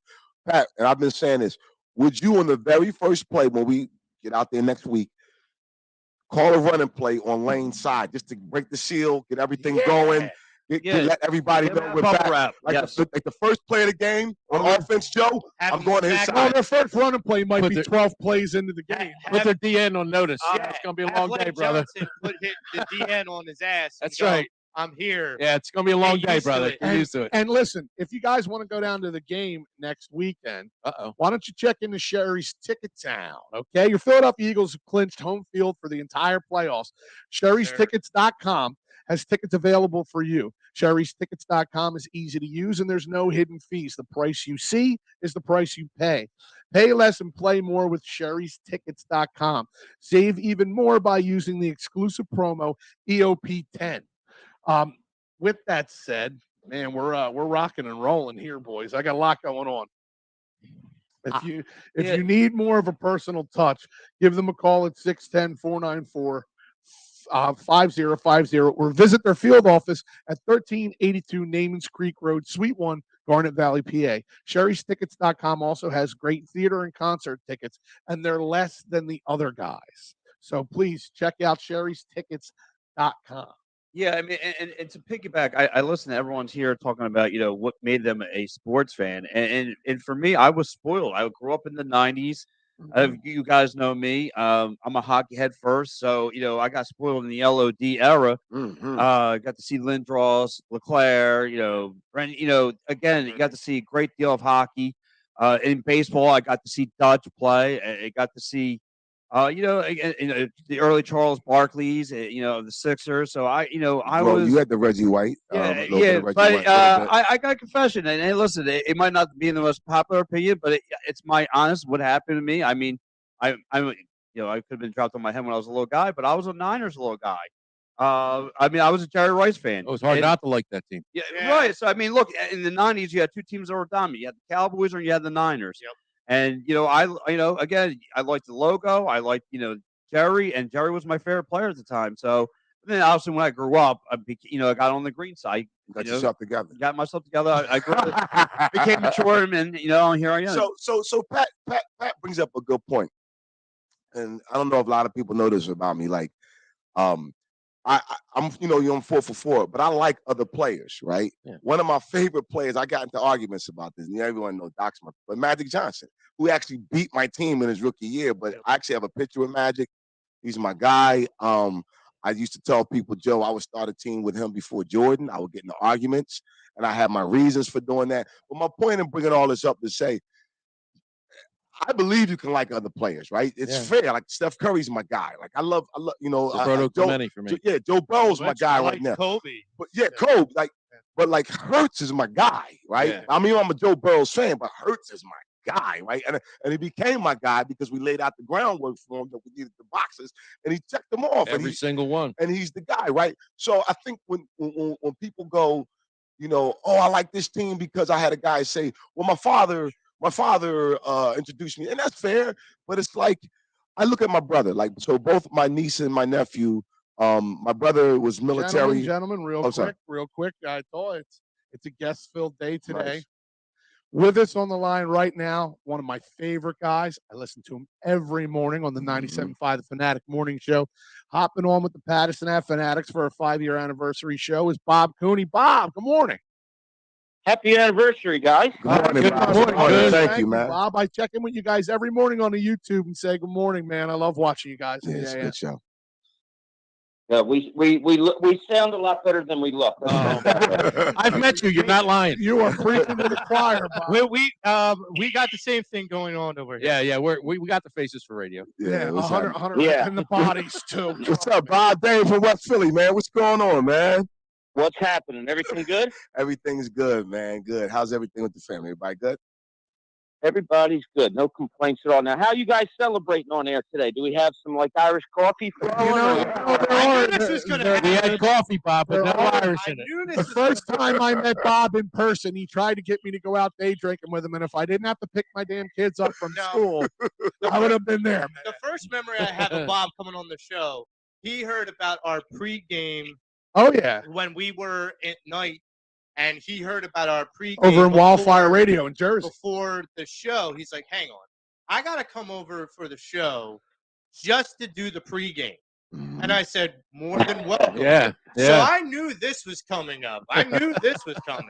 So for our anniversary show, Bob, I put a slate of guests together.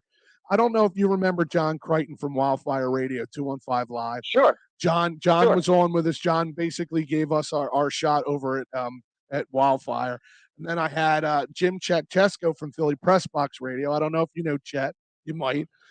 Then I have Eric E-Rock, Emmanuel, Gail Saunders from 4th and John coming on. Yourself and the Cuz is joining us at 11:30. Oh, what a lineup. It is. We're having basically our own all-star day, but Yes. it's all guys who have been on our show before and have been gracious enough to join us and kind of give us some insight in Philly sports, man. And we really appreciate you jumping on.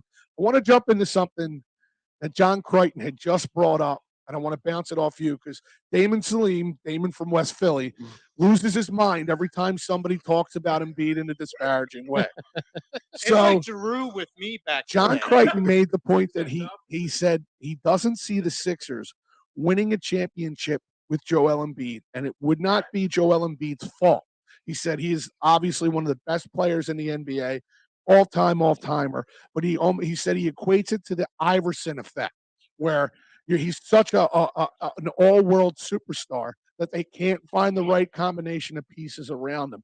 What are your thoughts on that, Bob? Do you think it could be something like we had in Iverson in 01 where, I mean, the guy carried a team to the finals and won the first game against the Lakers, but we just couldn't get over the hump because they couldn't find the right combination of player to put around him? It's getting close. I mean, look at the litany of players that they've surrounded him with. And I've done this on the air many times. I can list like 17 prominent players that they've brought in here to try to balance out what Joel Embiid is. Now, the tough part is, yeah, you're exactly right. He is a great player and an unbelievable talent, and he'll go down in the record books as such. But is it a case where it's just really hard nowadays in a guard-heavy league, in a shooting league, to surround a team that is dominated by a big man? And I think coaches have, I don't want to say forgotten how to coach with big men, but let's put it this way. Younger players coming up, how many of them have played with true big men? Even if you go back to James Harden's earlier years, no big man. It's not a big man's game. And I don't fault anybody. I just think it's really hard for them to adapt on, okay, how do you surround a team with a guy that plays, 30, 35 points and 18 rebounds and needs the ball more inside when you haven't ever played like that? It's a conundrum. I mean, I wouldn't want the guy off of my team. I'm just not sure how to surround them. But I will say this, and I brought this up last week. This may be the best surrounding cast they've had with him because I think James Harden makes Joel Embiid play the best basketball that he's played so far. Bob, let me just to piggyback off what you said. It was interesting last night. I was watching ESPN and they were talking about the Spurs maybe possibly moving their center because teams are ironically looking for some big guys, right? To your point, and you guys talked about this, Bob, when your All-Star day, how, and I've been saying this to my wife, Joe, it looks effortless when he's scoring 30 points. And it's all, I'm not going to say all of it, but a good portion of it is because of Harden. Would you agree? Oh, absolutely. I think James Harden puts him in such easy positions to score. Look, Joel Embiid may score, 3 or 4 points more a game than he did last year when he led the NBA in scoring. Mm-hmm. But if you look at the ease at which he's scoring right now, look how easy it is for him to score. Yep. It's unlike any other time he's had in the NBA. Mm-hmm. And he's scoring. Look at how many wide open jump shots. Not only is he getting on that, elbow jump shot off the foul line, but look how many wide open shots George Niang's getting. Look how many wide open shots Tobias Harris is getting. They have 3 guys as of this week that were shooting over 40% from 3. Wow. I don't know. To me, that goes directly to James Harden. And I'm not this James Harden praiser and love James Harden, whatever. I loved watching him play when he would come to Philadelphia when I was covering the team. Mm-hmm. But I just think he makes offensive life so much easier for the rest of the guys on the team, particularly Joel Embiid. Bob, Frank here. Let me ask you a question. Hey, Frank. How you doing? I love listening to you. You know, when I'm driving my truck in the morning, going up the turnpike, man, you guys keep me company. Mm-hmm. I love Good it. show. Oh, thanks for listening. I appreciate You're it. hilarious. I love you guys. So it's not just the front guys, the Embiid and Harden and Maxey and Tobias. I think that the cast of characters behind them have given this team a different vibe, a different feel than it has in the last 4 years. I just think there's a different thing going on that I didn't feel leading up to the playoffs the last 4 years. I just didn't feel it. And this year, I feel there's something different there. Do you get the same impression? I said this because the last couple of weeks, keep an eye on this team. Because fans are very jaded by the second-round losses for so many years, right? They are so that's correct. all people are looking forward to. It doesn't matter until they get to the playoffs. Right. Well, I hear you on that. But at the same time, you want to cast your judgment honestly by watching this team. And I see something that's different with this team. I agree with you. Now, here's the troubling point. Tyrese Maxey comes back, throw him in the starting lineup, and I love Maxey. Their defense is hit the shitter now. Like, they're just not playing good perimeter defense. Yeah. You know, so, and I'm not saying it's all Maxey's fault. It's just something different there. Anthony Melton is a really good defender, and he kind of offsets what James Harden doesn't give you defensively. Right. Now, when you put Maxey out there, he's a decent defender. He'll try. Your perimeter defense is suspect, to say the least. And we saw it the other night against Oklahoma City. Right. So Doc Rivers has an interesting dilemma here. Do you go with a second team that could consist of a Maxey, Shake Milton, and you also have Tobias Harris with that second team, and probably Harden also, because he's a 38-minute-a-night guy. You know, do you look to go offensively with that second unit and look more defensively by maybe starting Anthony Melton with that first unit? I don't like taking Maxey out of the starting lineup. I love that kid, but you have to think about it if this perimeter defense is going to suffer the way it is. Yeah. Bob, this is Joe. So one of the things that I kind of focused on is so many of the different rotations that Doc could use with this team, and you bring up defense, and I've been saying it for a couple of weeks now that the perimeter defense is exposed, mainly because I think Doc is so focused. You got to pick your poison, whether it's transition defense or perimeter defense, because if you try to get out, you're leaving yourself vulnerable to rebounds and second chance points. With this roster currently constructed, there are different rotations that Doc could utilize to make a more defensive front. Thibault, Melton, a PJ Tucker, something like that. Would you think it would be too much if they got up on a team that Doc would try to utilize more of a defensive front as far as a rotation, in order to maybe give people like Harden and Embiid a little bit of a breather? Yeah, I mean, I think he's trying everything out. You know, Doc talked earlier this year about how, they're practicing a zone defense. And it's been effective for them sometimes this year when they go zone. And they're doing exactly what you said. They're trying to hide some guys defensively, and they're trying to give Embiid and Harden a breather in that, when you're playing zone, you're playing area as opposed to running around chasing somebody. So I think he's trying different things defensively. I don't think their zone defense is very good at all. As a matter of fact, I think it sucks. But I think other teams aren't used to playing against the zone in the NBA. So it takes them a few possessions to kind of figure it out. And then by that time, Doc's getting out of it and getting back to man-to-man. But yeah, I think defensively, they were the number one defensive rated team defensively for a little while there a few weeks ago. And I'm not going to directly relate it to Maxey coming back because I don't think that's fair. But recently, we've seen it. We've seen what Zach LaVine did. We've seen what Oklahoma City did by putting up 133 or whatever. The defense is lacking lately, and they really have to figure that out. Why? Because while this team can score, you guys know you can't go into a playoff looking to say, we're just going to outscore the other team, and the defense will come when it comes. That can't happen. No. Bobby, what's going on, buddy? It's your boy Pat from Ambler. What's going on? What's up, Pat? How you doing, buddy? What's going on, brother? Hey, Bob, listen, my question to you is, what's your take on Doc so far? Pretty much working up to the halfway point. If you have to give him a mid-turn grade, what would you give him? Because there's people that, when they play horrible, they're he's the first to be on the hot seat. I've seen him in the press conference, not too far back, where he said, we had a schedule loss and people, lose their hair. But no one praises him when he does a fine job. No one really gives him, congrats on a good team win or anything like that. It's, if there's a good win, it's on Embiid's shoulders. But if there's a bad team loss, it goes on him. What's your perspective on Doc overall?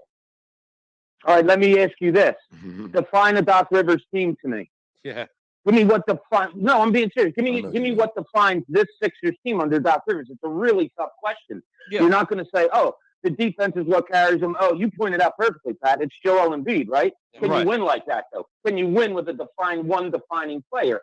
Probably not. No. Is this a defensive team? Is this an offensive team? Is this a running team? Is this a half-court team? I think they do all of those things well at times, but what is their definition? I think really good coaches, and I love Doc as a coach before he got here. I don't think he's been able to define this team yet, because think about it. First year, you have, he's getting used to Ben Simmons and Joel Embiid. Then Ben Simmons last year, your second best player, your all-star player, your point guard decides to sit out. That's hard. Yeah. So he has to coach the whole season with that. And then this year he comes in, and at various times you've lost Tyrese Maxey, James Harden, Joel Embiid in the first half of the season, yet you're still on pace for about 52, 54 wins, somewhere around there. So if you break it down that way, look, it looks like he's doing something well. What I want to see, and I don't know if he's had a chance to do that, it goes back to what I said. I want to be able to define this team. Well, this Sixers team is this, and that's what other teams have to stop. Or this Sixers team is this, and that's how they stop other teams. Right now, I don't have that definition yet, and it could be very well a case, and I'm not making excuses. I just think this is the truth. It could be a case that he hasn't had the time, in games with the core group that he's going to have to figure it out. Yeah. Or maybe he's not figuring it out. You guys are right. People should be second-guessing him. Yeah, and the things I do like from him, I mean, again, last year we were all questioning what Shake Milton is, but Shake Milton, I mean, since bringing Davian Milton and all those guys, taking up the four-con minutes and his minutes, I mean, Shake has been playing better. When Embiid went down last week or 2 weeks ago, you had Montrezl Harris playing a lot better. He stepped into a major role, averaging 17, 19 points a game. I mean, those things, I would say that Stock, motivating those guys into playing better. Yeah, it could be. They're pros. D'Anthony Melton, when I watched tape of him and all before he came over, he is a really good player, and he's an energetic player. He goes after it on both sides of the floor. That's the kind of guy you want in my book, either coming off the bench or being a specialty starter. Now, it's hard to do that with him because you already have that specialty starter in P.J. Tucker. But, yeah, I mean, if you look at Doc Rivers' past, he's had a lot of really good six men, and he's won some guys some Six Men of the Year awards because he trusts in his second string, and he has the Jamal Crawfords and all guys that come off the bench and light it up. So he trusts that, he likes that, he wants that. Shake Milton's had a tough career with injuries and sicknesses and all of those things. And, when he gets some playing time, it appears that there's really something there. He has to keep it at a consistent level. But, yeah, I think Doc, with this team, he's 9 deep. If he wants to be 9 deep, he can be 9 deep. It has to be, and he trusts his bench. But at some point, it's going to have to whittle down to 8 or 7, when it gets crunch time and playoff time. Bob, real quick, to piggyback off what you said, and I agree, Shake's been playing well because he's getting the minutes.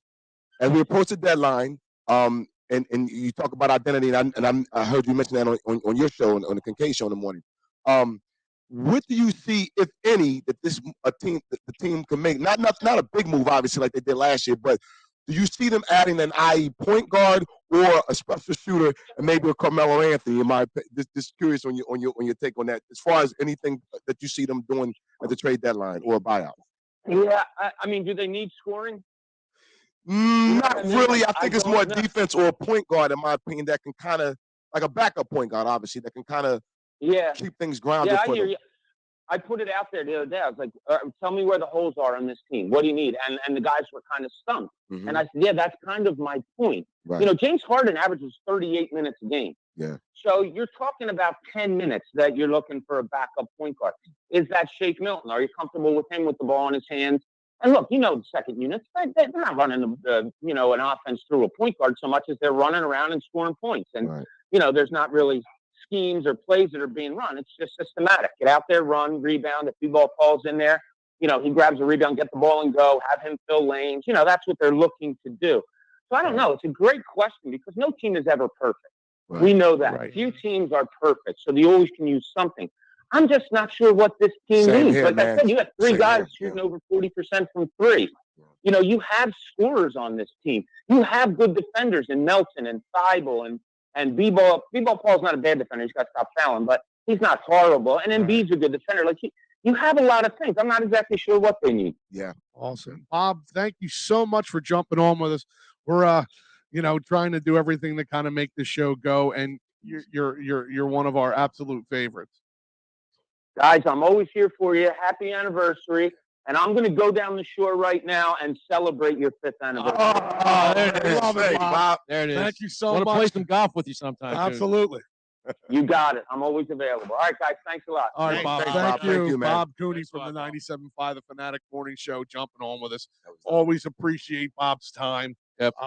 One of the first questions he had when we first brought him on, and he had heard about the pregame, he's like, "Okay, so how many beers did each of you guys have before the show?" And I'm That like, was a good question. "Yo, it should have been was Bloody Marys. I'm very disappointed in you, Tom. You should have had a pitcher of Bloody ready for it. Dude, you know what?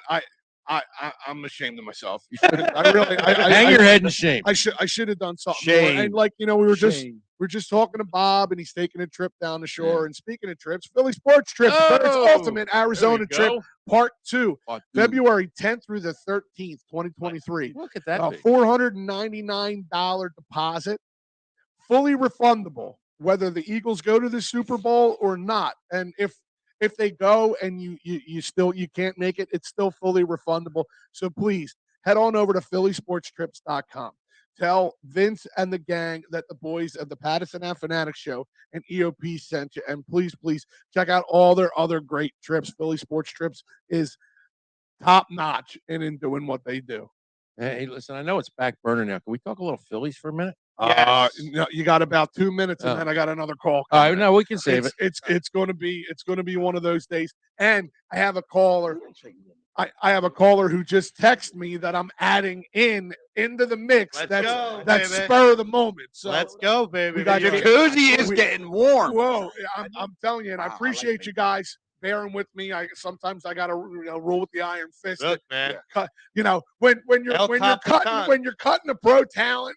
You know you got a show going. So I appreciate everybody riding with me, everybody that's watching on, YouTube and Facebook and everything. Thank you all for riding with us.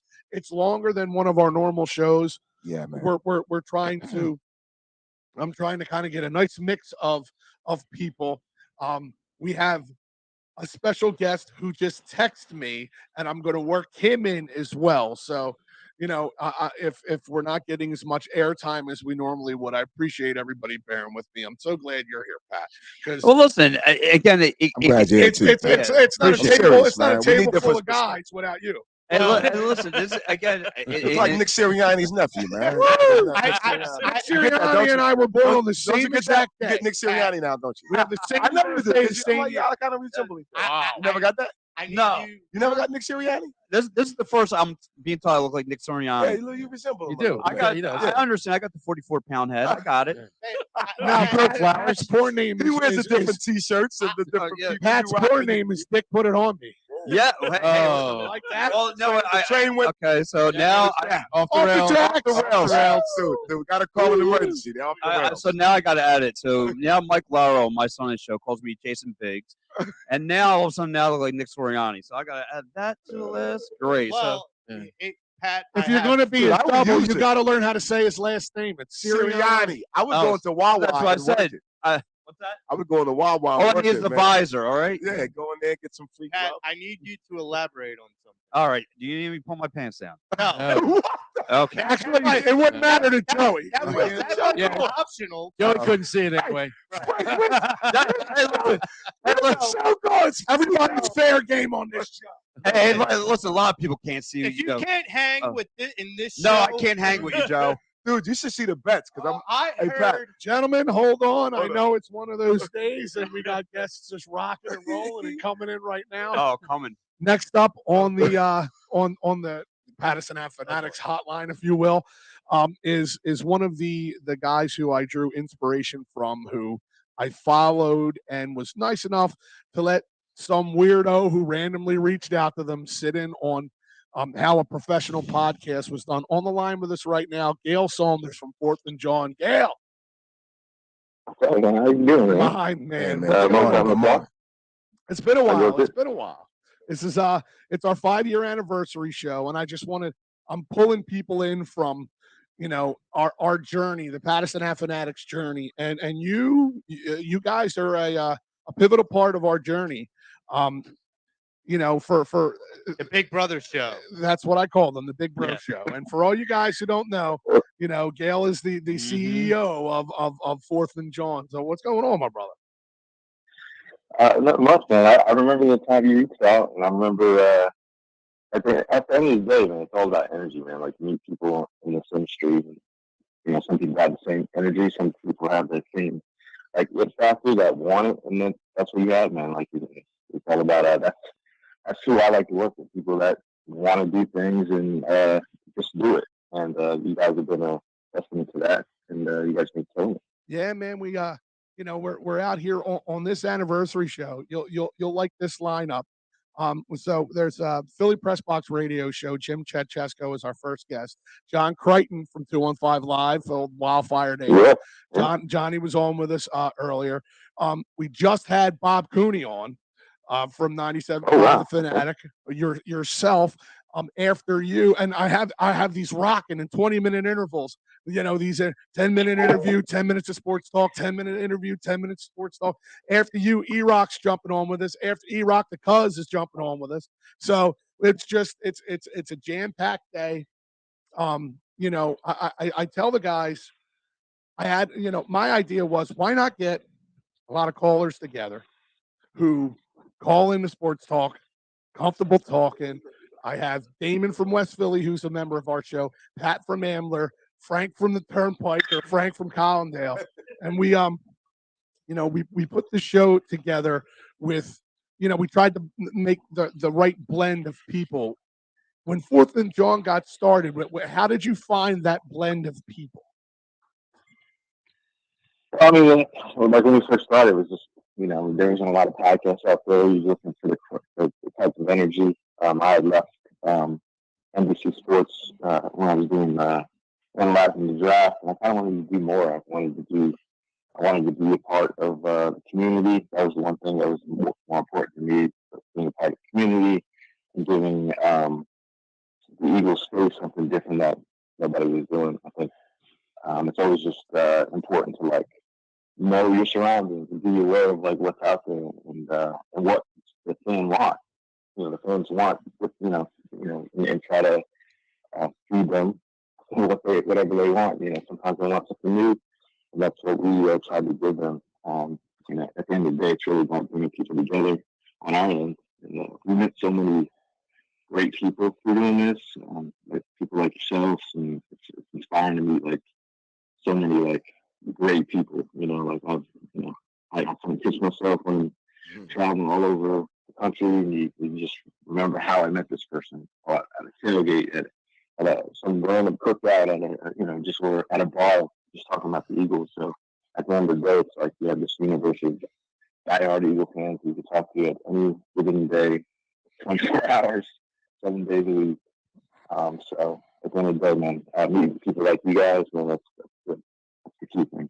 Absolutely. And I remember the first time I met you in person, you guys had me up to, what was it?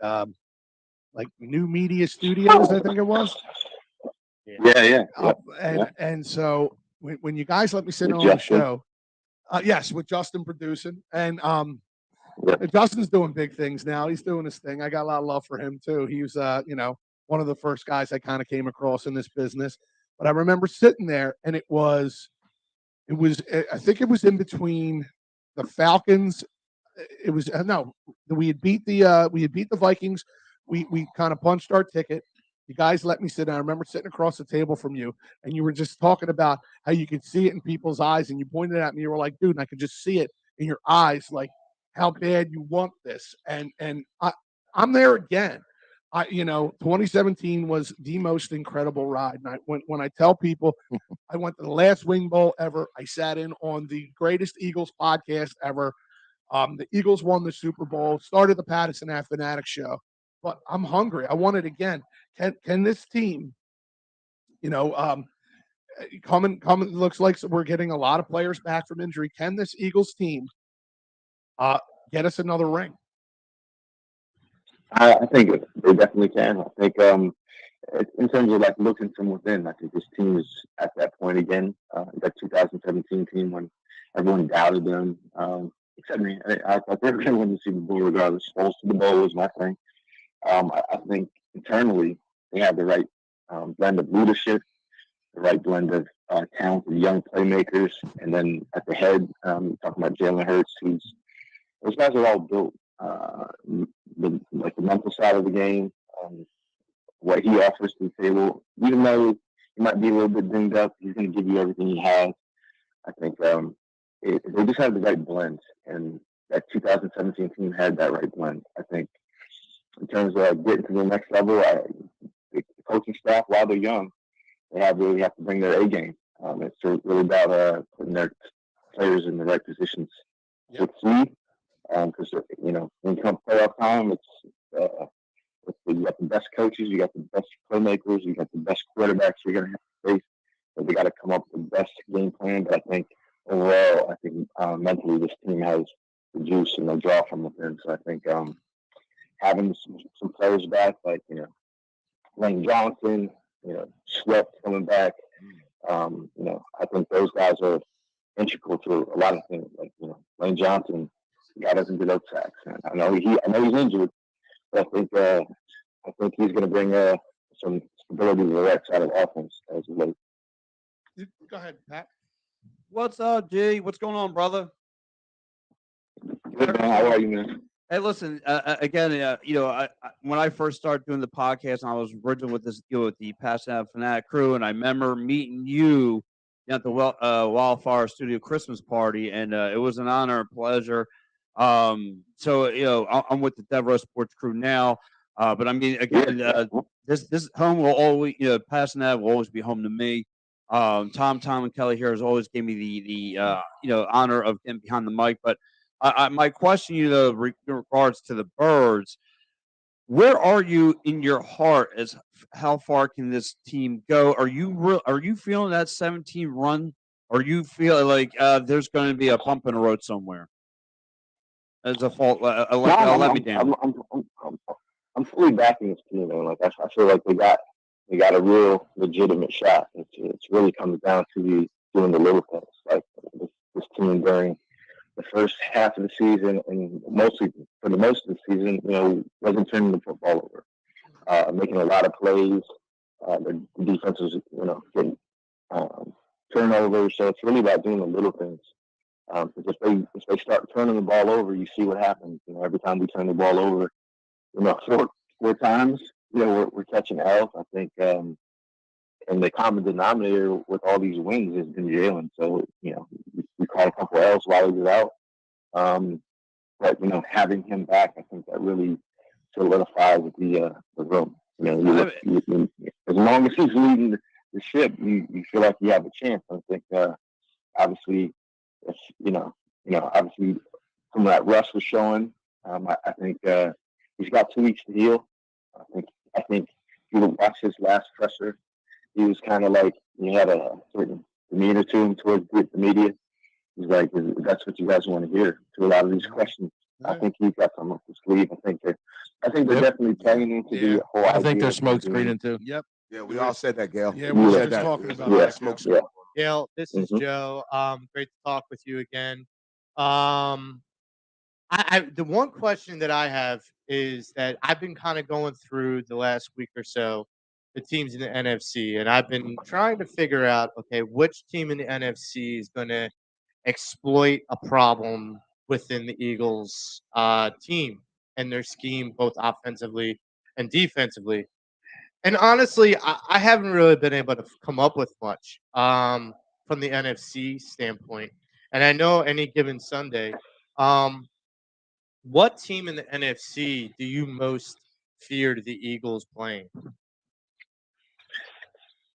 There is no fear, but I do give respect to quarterbacks who've been there, done that. Like at the end of the day, like a Brady, a guy who he's seen everything. So in terms of like our defense playing in zone, we watched Dak Prescott take apart a team in zone.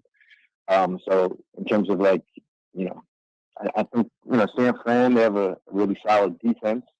I'm waiting for the rookie quarterback to have a come to a rookie moment.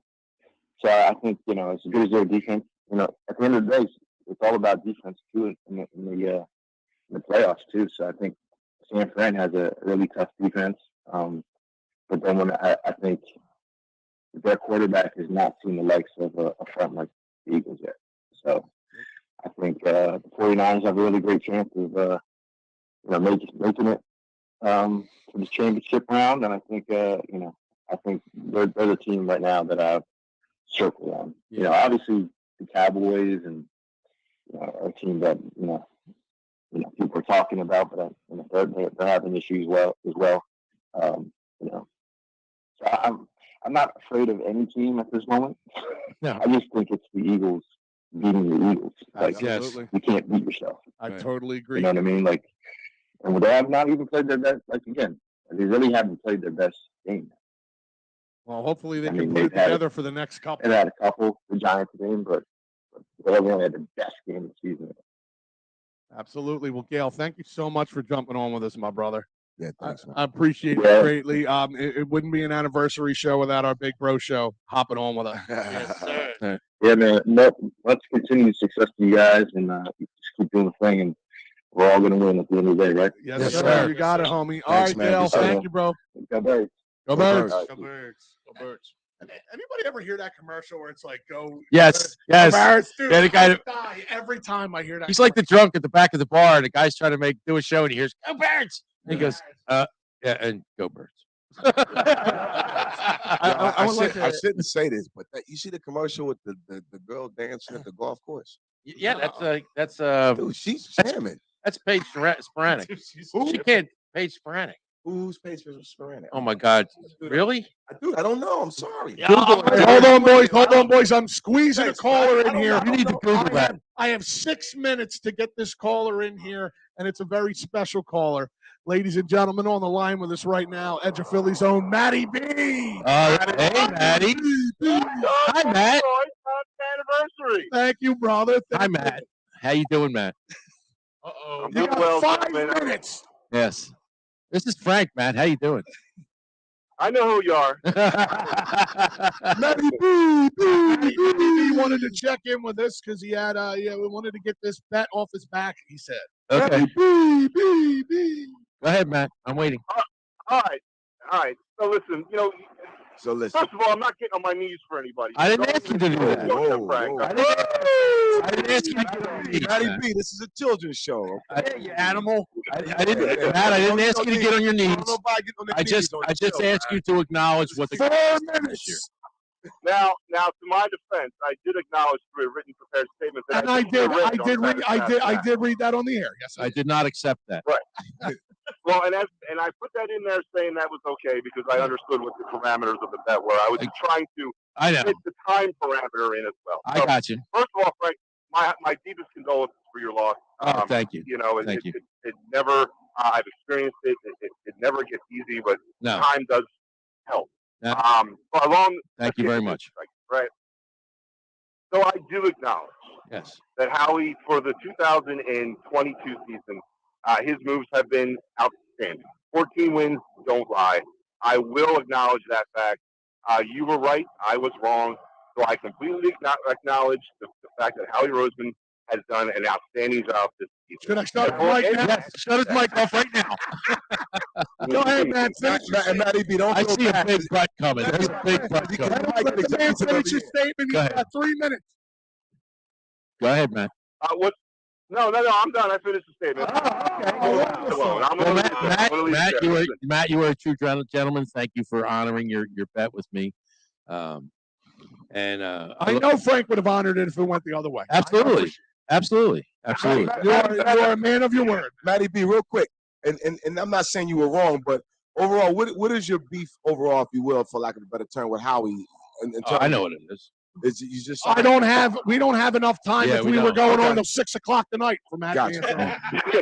Matt's got big problems with Howie, and I understand them.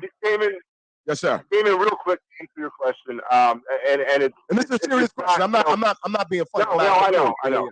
I just don't understand how a GM that has such a slipshotty draft record is able to weather the storm that he has weathered. We lost our Super Bowl winning coach after 3 years of unproductivity. Why does Howie get a pass? Why did he get a pass through that time? I don't like the way we've drafted. We are not, in my opinion, set up for any kind of sustained success in the future. We are a team that's predicated and built on the free agents market and on the trade market, which to me is trying to catch lightning in a bottle season after season. That is not how you win games in the NFL, in my opinion. Okay, so just real quick. Overall, like a lot of his first round picks, people start even questioning Jordan Davis, but he had injuries. So you have Landon Dickerson he stole out of the draft, right? Oh, by the way, he has a quarterback. He has a quarterback that he stole in the second round that people are still kind of scratch their heads about. And of course, Devontae Smith, obvious.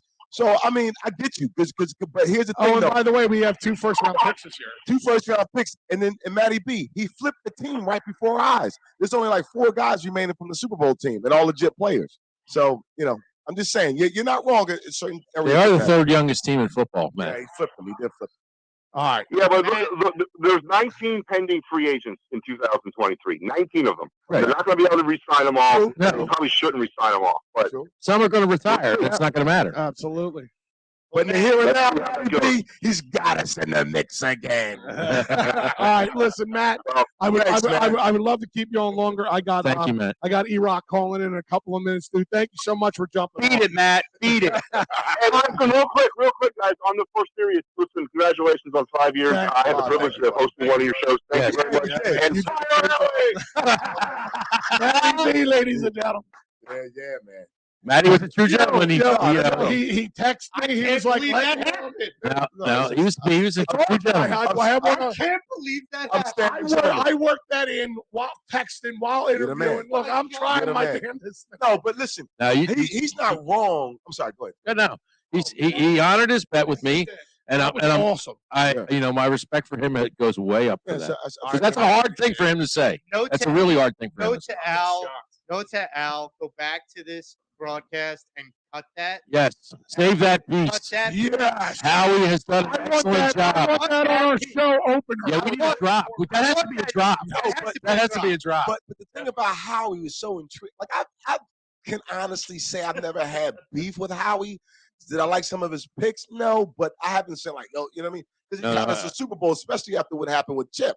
He's the one that advocated for Chip, and Chip got him to the closet. That's crazy to me. All right. So, Tom, how much time do we have before E-Rock? 1 minute. All right. So before I'm juggling. I'm sorry. I know. Once we get going, you're the master of ceremonies. You're doing it great back there. We will, have all our closing statements and be able to kind of bring things up. We'll have a little bit more time in between. Now you're doing a great job. Here we go. Ladies, hold on. Ladies, and gentlemen, joining us right now, again from the Big Bro Show, and one of my favorite people out in all this crazy, wacky podcasting thing that we do, Eric E-Rock Emanuel. What's up, my brother? What's happening, guys? Thanks for having me on. Congratulations on 5 years. Yes, sir. If you remember, a certain random gentleman reached out to you about 5 years ago asking if he could come in and sit on your show, and you were most gracious. We just had one of your, we just had Gail was just on with us. In this show, we're kind of piecing the show together of a lot of John Crichton 215 Live. We had Johnny on. Jim Chesko from Philly Press Box Radio was on with us. Bob Cooney, Gail, yourself, and we got the Cuz coming up after you. And how we blended this show together. I asked Gail this question. I'll ask you. Back when you guys started Fourth and John, how did you find the right blend of people? Was it just a bunch of buddies? Did you kind of pick and choose? We have 3 regular callers sitting here right now: Pat from Ambler, Damon from West Philly, and Frank from the Turnpike, or Frank from Collingdale. We kind of wanted to blend a show together of callers and different people. How did you guys find that right formula? Because Fourth and John's my favorite podcast of all time, and I've said this to you before. I'm not throwing roses at your feet for no reason. It really is because you guys were entertaining, informative, and you were able to keep people interested. So how did you find that right combination of people? Well, first of all, thank you so much for the compliments, and it was an absolute honor to have you, in the studio, or at least try to point you in the right direction as you were getting your own podcast started and getting that rolling. I'll tell you, I haven't been on the Fourth and John podcast in 2-3 years now, but when we started it, getting the right blend was important, and I'll tell you, we didn't get everything right off the bat. At times it seemed like we did, but hitting the right blend in the show is absolutely paramount to not only growing the show, but like keeping it entertaining and having a joint vision, right? A joint vision and direction of where you want to go. And you have to have the right people in place, and you don't always get it right on your first try. I was lucky enough to have Gail in my corner, and him and I started it, and there was some cast of characters that came, in and out. And we tried coaching some people up, and some people didn't quite get the direction that we were trying to go in, and you eventually just move on. But it sounds like you guys kind of saw that at an early stage, which is great, which is what you should do. You saw it at an early stage, and you started surrounding yourself with the right people, which is important to get something off of the ground, and then you just kind of keep pushing forward. The chemistry between the cast is probably more important than whatever you put down on your show prep sheet for the day. Because if you got the right cast and the right crew and the right vibe and the right energy, and you know how to play off of each other, chances are you can just turn the mics on and go. And that's kind of what people want to hear nowadays. You know what I mean? I'll take a podcast in a completely different genre. I'm a big fan of the Always Sunny podcast. And that kind of started out as them reviewing episodes, telling stories about the episodes. My favorite part of it is when it goes off script and they just talk about their daily lives. And, they already know how to play off of each other. But my favorite part is when they're not talking about the subject matter at hand. So I know this is a little bit of a Nick Sirianni rambly sort of answer.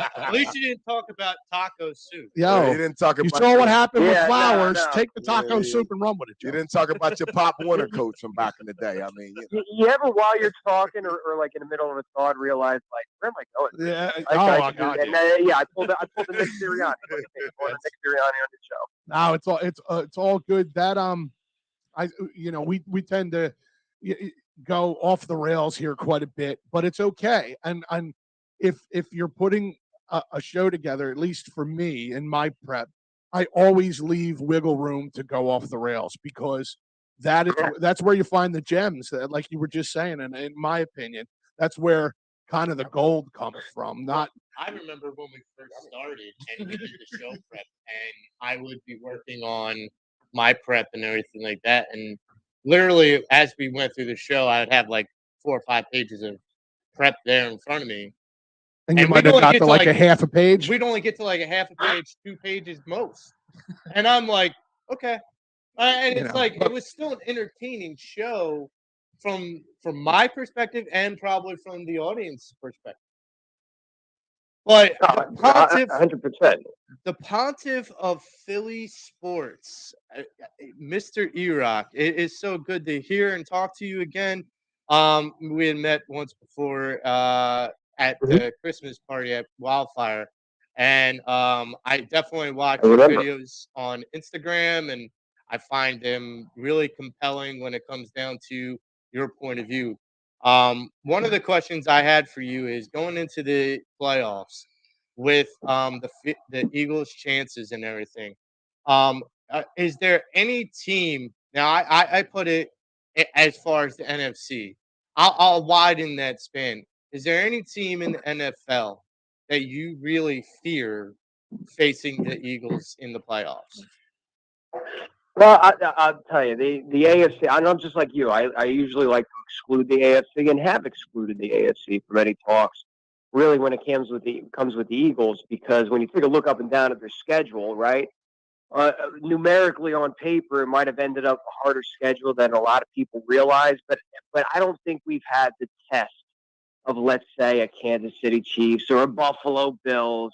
There's no such animal in the NFC. Therefore, it's hard to gauge the Eagles against the NFC, but just or the AFC. Just talking about the NFC specifically, Listen, there's not a team that this Philadelphia Eagles team can't beat in the playoffs. But there's also not a team in there that I don't feel like if the Eagles get caught on a day like against Washington or against the New Orleans Saints, or they don't come correct, or they don't play their A game, or they don't have the energy for whatever reason they can lose to any of them. And I think that's what makes this playoff so exciting is that when you take a look at the bracket, okay, Seattle wins, we play Seattle. I think we match up well against Seattle, especially against that run defense. All right, but if the 49ers, who likely will win, handle their business, and we're going up against maybe the New York Giants, who are playing Kirk Cousins, who knows to, lay an egg in the playoffs in prime time when the lights are brightest, and I wouldn't trust that guy in the postseason whatsoever. Then we get the New York Giants. I love that matchup. They're going to play you tough, third time in the NFC East, but I think we can win that. And if Minnesota wins and San Francisco handles their business, then we get the winner of Tampa Bay and the Cowboys, which, that's a couple tough matchups. There's not a team that scares me. I don't look at the Cowboys and like shake it in my boots. I don't look at the 49ers and shaking my boots. I'm not scared of anybody, but I do realize that this Eagles team is going into the playoffs a little ice cold, a little flawed, a little banged up, a little injured, and a little bit with a lack of momentum and confidence. So it's good. We are in such a fortunate position to have the bye week to kind of reassess everything, get everybody healthy. Because going into the playoffs, like first 13 weeks, we felt really good about this team. In the last 4 games, we were like, so, I mean, you guys good? You okay? Is everything all right? Eli, this is Damon. I just want to piggyback off what you said real quick. Couple things, which I kind of agree with. Like, I don't think, and Pat brought it up earlier, I think he was hitting on the nail. Or I'm sorry, Gail might have said it on the last call. And I said it to my brother, like they haven't played prior to the injuries, right? Prior to Hurts going down, I don't think they played 4 full quarters of football, if you will, but they were still winning, right?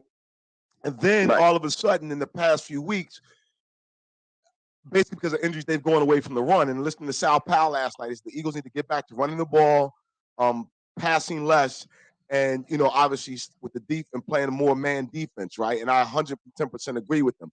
With that said, E-Rock, do you see them, 1A, going back to that style of football, and then 2, with that, does that like eliminate the fact that they come in sluggish and someone can beat them, but still holding the fact that they can only beat themselves if they come in with that formula? Let's run the ball. Let's play instead of all zone defense. Let's get more man defense, and then we have the wherewithal, if you will, to go ahead and steamroll these teams like they've been doing all season. I really think it just depends on the matchup. And last year there was a lot of when the Eagles made the playoffs by the skin of their teeth. It was a lot of okay, the defense is kind of messing up this game, but the offense carried them, or the offense was stagnant and couldn't get it rolling, and the defense had to pick it up. This year has been a lot of, like, maybe not complete games, but you could see dominance on both sides of the ball, right? Yes, you could see that both sides of the ball, and I'll exclude special teams because they struggled for the better part of the season, but both offense and defensively, they were hitting on all cylinders, right? Yeah. So whatever the matchup is, they have to cut. Like, this is going to fall a lot on Nick Sirianni. If they come in with the BOGO game plan like they did against, maybe Indianapolis or the Saints. I still can't understand what the hell happened against the Saints. Yeah. Or they're going to. I still don't have a voice because of that game. Yeah. They were hungover. Yeah. That's my excuse. They were hungover from New Year's Eve. I don't know what happened, but you can even look at the Bears game. I mean, doesn't that seem when things start? Yes, E-Rock. Yes, man. I blame them for that game. What are you doing, putting your quarterback in position to run with a frozen field against a 3-win team when this team is way too talented to be putting your quarterback at? You know what I mean? So it's just got to be smart. Yep. It's just got to be smart, whether they're running the ball or throwing the ball or what the defense does, whether they're playing back or being just be smart. Yes. And I think if they're smart, they'll get the swagger back. And if they get the swagger back, there's only 2 more games until the Super Bowl, and they'll get there. I think Sirianni and Hurts are both smoke screening this week, E-Rock. I think that No, I said earlier that I've never seen any team ever in my entire life admit on television in front of cameras that my quarterback's hurt, and I've never seen the quarterback go. It's weird. Yeah, I've never seen a quarterback go. Yeah, all I've been doing is throwing towels. It's to me, it's such a smokescreen, and I think whoever comes in here next week is in for big disappointment. I hope so, man. It sounds good. Well, listen, E-Rock, thank you so much, my brother. It wouldn't be an anniversary show without our big bro, checking in and hopping on with us. Thank you so much for your time, my brother. You got it. And once again, guys, congratulations on 5 years, and keep grinding and keep up the good work, and go Birds. Go Birds. Thank you. Go Birds. E-Rock, Eric E-Rock Emmanuel jumping on with us. When I sat in on their podcast, God, 5 years ago now. Wow. They had guys with cameras going around, getting the view. Each guy had, this guy read this thing, this guy did this thing. I was like, damn, man, these guys are. And I've been up to the 97.5 the Fanatics studio. I think you guys have. I have. Yes, I've been at both. Yeah. WIPN and the Fanatics. When you watch their shows, how everybody's it's chopped perfect. And Fourth and Dawn, when they were at the height of what they were doing, right. There was nobody touching. They were the #1 sports podcast in Philly. I mean, like legit on the charts, #1. Right. And it's because of Gail and E-Rock that they were. And I just thank you everybody for tuning in. Thank you guys for bearing with me today. It's great, been man. such a great day so far. For me, and I met Bob and we'll talk to Cuz. I hung out with Cuz, but it's kind of unique, and Pat and Frank will relate to this too, because we are callers, right? And so you get to get their perspective from and more in depth, if you will, right? And as opposed to those 2 minutes that we talk about. But I just want to go back real quick, TK, to something with Frank saying about the coach and the quarterback throwing smoke screens. So I just find it unique because word on the street was that Hurts could have played in the Dallas game, right?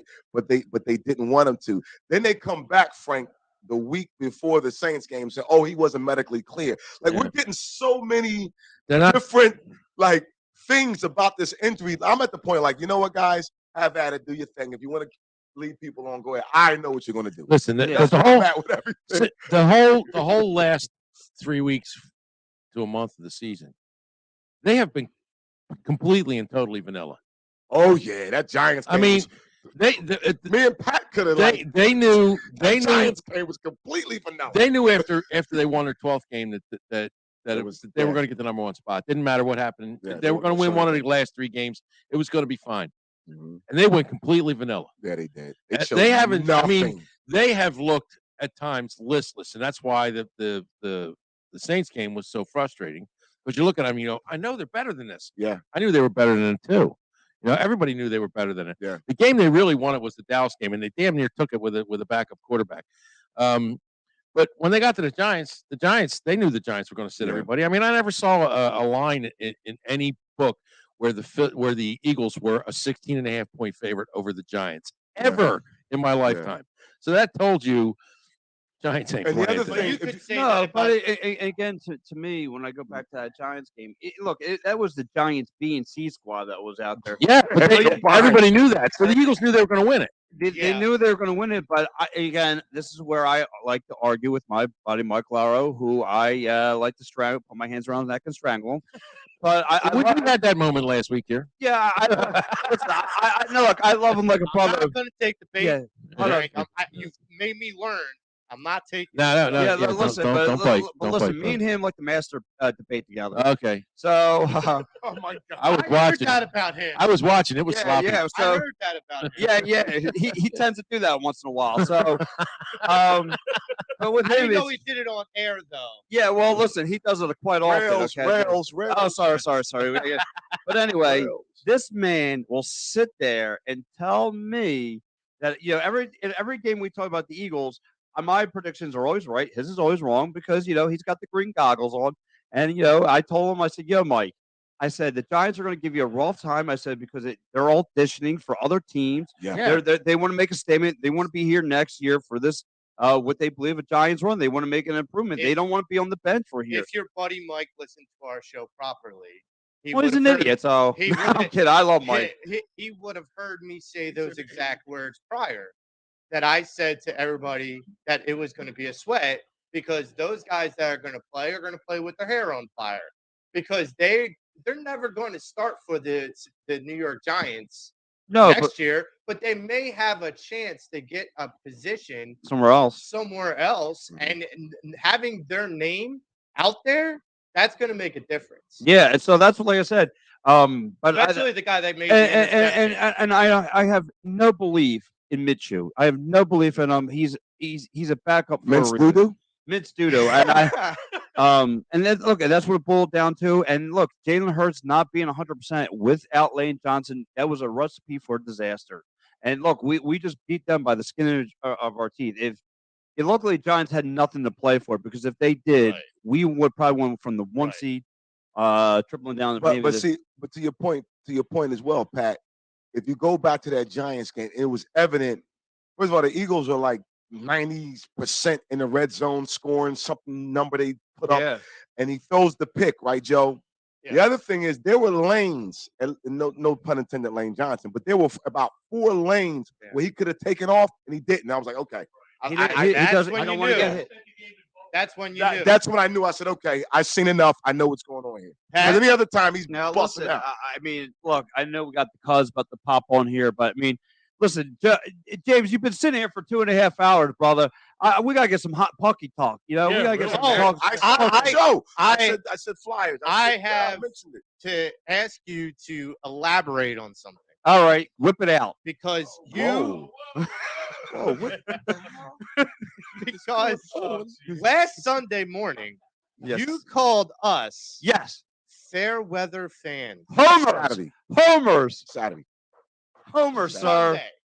On his Sunday show. On his Sunday show. Yes. Called us Homers. Fair weather. Not fair weather. Homers.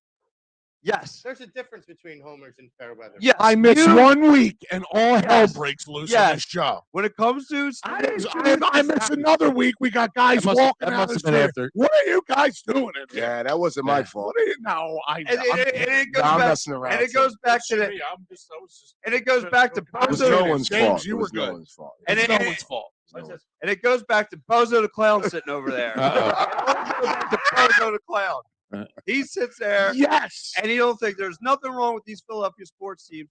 Just like my man Mike, it must be someone with that seat, because you guys have these Homer team glasses on, and you know, when these teams make mistakes or don't play well, you make all the make all the excuses. Oh my God! It's called being critical. I don't have time for this explosion that's about to happen. Yes, no. Give me 10 minutes, 15 minutes with Anthony Gargano, and then you can rip his heart out of his chest. Yes, this is Mortal Kombat land. All right, let's see what we can do here. Hold on 1 second. But there's no everybody's. Yeah, but there's no dude. I want to talk some talk about you. All right, everybody's real quiet. Yeah, we're waiting for the grand entrance. I don't think he's a homer. I just think he's a very passionate guy about his teams, and he's the advocate here. He's the guy. Gentlemen, on the line with us right now is probably, if I have a Mount Rushmore of Philly sports talk hosts, this guy is up there next to Big Daddy Graham and some of the other greats, at least to me. Joining us for our 5th anniversary show, 97.5 The Fanatic Middays host Anthony Gargano. Cuz, what's up, my brother? Yo, congratulations, man. That's awesome. Thanks, guys. Thank you. Now, Ant, let me go around the table. Usually, when you call in, I do this. Joey and James, they've been on the show a while, but I have here Frank from the Turnpike, or Frank from Collingdale, Damon from West Philly, and Pat from Ambler. Talk about a star-studded cast of callers. Oh my God, Damon! Guys, good morning. Good morning. It's the first time I talked to you on this Saturday. Oh, that's beautiful. I usually hit you up on Friday. Anthony, what's going on, buddy? How you doing, buddy? Hello, Pat. So it's you know, I had this idea for the Pattison Ave Phanatics show 5 years ago. I mean, we had people on today from, John Crichton from 215 Live over Wildfire Radio. I know you know him. We had Jim Chesko, who has Philly Press Box Radio. They've been around 8 years. Bob Cooney jumped on with us earlier. Gail Saunders, E-Rock has been on with us, and then the coup de grace. Yourself, we appreciate you, giving us some of your time on a Saturday. I really appreciate it. We, you've been on many shows, and you've been on a lot of shows. How important, and I understand that it's important, but to you, the chemistry of the guys you're working with, like when you first started with Tunis, I don't know if it was there or not, and now it's like it's incredible to watch. And I've watched you with the bro and Jamie, and when you were on with Bob and those guys, how important it is to have chemistry with the people that are on air with you. How much easier does it make a show go? Well, it's everything, right? And here's the thing: you can't predict what 2 or 3 or 4 people are going to mesh and what it's going to be like. A show is always the sum of all parts, right? It's always that. You might have 2 great guys, right? I'll let you go back to Mikey Miss and Howard Eskin, right? I mean, 2 titans of the industry, I heard you but talk they about didn't work together, right? Like there's certain things that it's about the sum of all parts. Like Angelo and Al work magically with Riyadh, right? Like so, there's a chemistry that comes with it, where kind of people organically know their roles and what sounds pleasurable to somebody's ear. So it's everything. Yeah, I mean it's and Andrew Katunis is my man, and we genuinely like each other. Like I love the kid. Like he's my main man. So that helps when you like somebody. I love the Mikey Miss. I was very close with him. Steve Martirano, the guys that I've always worked with, who I enjoy. And I think that helps make a really good show. Yeah. So I wanted to jump in. So one of the things so I'm Joe, but you may know me as Mark from South Philly because your call screener puts me on your call as Mark from South Philly when my last name is Marks, Marks. No relation to Johnny. No relation to Johnny Marks.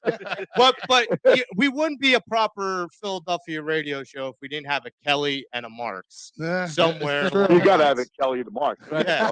Right. So, but I called you a couple weeks into the Phillies playoff run. I was telling you about my daughter and I lost my vision, and you had said, Yes, well, when I remember. me and you are going to get like a hug. I wanted to just Beat baseball, man. I remember. I remember all about that. I love that story. I heard him call. Big hug, man. Yeah, I heard him call in, and I text you. I said that's one of my best friends who just called you. Yeah. Yeah. So Yeah. one of the things that I can say from my perspective is, when you listen to talk radio, and you listen to some of the people around this city, from my perspective, who I lost my vision a year or so ago. Sports was my life and has been my life for a while. Losing vision, being able to listen to like really well-tuned sports talk radio with great people that know what they're talking about. It almost puts a vision back in my eyes of what's going on with sports today. So when we were going through the Phillies run, and when I called you and said, my wife turned to me when we won and we were going to the World Series, she was kind of emotional and said, well, my daughter got to see the excitement. She got to see the excitement, but she was upset because she felt like, well, I was missing out. And I said, I'm seeing it through her eyes, but more to the point, I'm seeing it through when I tune into 97.5 and 94 WIP, and I listen to, either network, and I listen to the personalities out there. They paint me the picture. They paint me of what they're feeling, especially when I listen to your show, because I feel like you are probably one of the more raw, emotionally driven folks Philly. out there. Yep. Where you tell it like it is. Yeah. And I can relate to that because the South Philly, like, you got that attitude, you got that personality, and you convey it. So I feel like, and I've said this about this show, I said that we are true Philly fans talking true Philly sports. You're not going to get any BS here. You're going to get real passion, real raw emotion. You're going to either absorb it or not. And to wrap up my little diatribe here, I know you're worried about Hurts, and I want to like give you some comfort. We have some theories for you. Yeah. Yes. Because I'm good, sure. good. What do you got, bro? I'm sure everybody here is going to give you some, but my feeling is this: this is a guy who's already mentally tough. The body can give, but what he is lacking with being 100% physically, he's going to give to you 125% mentally, and that is much because remember, there's 10 other players on that field other than him. If he's bringing the mental game, everyone else will follow. Yeah. Okay, Gus. Yeah, no, you're right. It's a great point that you bring up, buddy. It is. I mean, he's got the intangibles down, right? That's been one of his greatest, I think, gifts is that, he's got every intangible. He's smart. He knows the offense in and out. He's a leader. He's got all that stuff. So, yeah, I think, I just hope he can get the ball out. And, listen, I think I got a kind of feeling that given a full week of rest, he should be okay. And by the time I think they beat no matter who they play the divisional round. And then it comes to San Francisco. And if he can be okay to run some of the RPRs, I think that'll be key because you got to have him to be able to, healthy enough to run and take a hit on the shoulder because that dynamic of that offense with all his passing weapons, it's so hard to stop. Well, you had a guest on this week. I think the guy from CBS Sports. I can't remember his name, who said he had a conversation with Wink Martindale, who said, if I remember this correctly, he said, Charles Davis. Yeah, oh yeah, he's the Charles CBS Davis. Right, announcer. right. Yeah. Said he had talked to Wink Martindale, and Wink had said to him, the Philly team's good if they crank it up. Good luck with that. And I was like, yes, yeah. Another coordinator's going, good luck with that. That tells me something about the team. Listen, because especially a coordinator of his ilk. Oh right? yeah, Like, no, he's got chops for sure. You and I go way back. I was on your first Pasta Palooza. I finished 4th in that contest. And I brought my mother Carmela in. I don't know if you remember her. She's still kicking at 94 what was years her old. dish? Do you remember? Yeah, I made you straight spaghetti and gravy, and I made a pork. I cooked the pork in the gravy, but all the guys in the studio ate the pork. You guys never got to get the pork. Everybody that was out in the studio tore the pork up before I could get it to you guys. I still won 4th place. I was happy with that. And I mean, to me, you've been an inspiration to me. You and I have very similar backgrounds. We both have grandfathers who were barbers, and my brother Jack. He loves you. I turned him on to you because you're such a hoop head, and he's a hoop head, So I mean, we go way back, and I kind of saw something this week that I've never seen in sports. Said this to these guys earlier. In all my years of watching teams and interviews and pressers, I never saw a coach or a quarterback say on air, yeah, he's really hurt, or I've just been throwing towels. I've never seen it, cuz I've never seen it. I've never seen anybody admit that they were hurt on screen. And to me, I just think they're throwing smokescreen. I just think they're throwing a smokescreen. I don't think he's that bad. I think he's going to be fine. He was a little rusty last week. That was to be expected. But I think whoever comes in here next week's getting annihilated. Doesn't matter who they are. Hopefully it's the Cowboys. Yes, that would be beautiful. That would be beautiful. And someday I need to get in a bar and drink some beers with you, dude. 100%. I think all of us. and that goes. I would love that. Hey, Anthony, what's going on? So listen, I got a 2-part question too, and I am like one of those guys at this table here that I'll bite my nails. I'm a nervous nanny, so I do feel though that the Cowboys, if it gets down to the birds and the boys, knowing I've seen just saw Dak put up a 40 burger on this defense, this high-powered defense. Does that wear you some with them coming in here, or you don't think that's that same production ain't going to happen again? No, I'm not worried. First of all, a couple things. One, remember one thing. You remember the game flow, right? It's who was at quarterback? Minshew was at quarterback. Yeah. And you say, well, I'm talking about the defense. Everything works in consortium together, right? So it's kind of a game script, a game flow that happens and affects the game script. Think about this. They were in that place, that dome, controlled environment. Now they would have to come into Philadelphia. It's going to be, it may not be, Buffalo cold, but it'll be cold. It's not going to be easy. And, the front is built to stop the run. The Cowboys have not run the ball well. They've had some injuries along the offensive line. So that's kind of hurt them. And I do go back to their history. I mean, Dak has been a front runner. Dak is as every time they have been expected to do something, they come up small. And I can almost see the script, right? The script is this. They go down to Tampa and they beat Brady because the Buccaneers can't protect Brady. It's a bad matchup for Tampa. I think Dallas wins, and I think Dallas wins by double digits. They look good. And all of a sudden, they're heaped all kinds of praise. And I think the Eagles beat them. And I think they beat them, as long as Hurts is, close to, 100% or 90%, whatever you want to give you.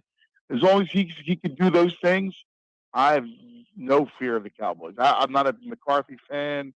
And I keep it real. Like when it comes to football, or every sport, I like to keep it 100%, look at it from an analytical standpoint, not analytics, from an analytical standpoint. Right. And I just look at this matchup, and I think it favors the Eagles. The one matchup that I'm fearful because I think it's a good game, and that goes back to the Niners.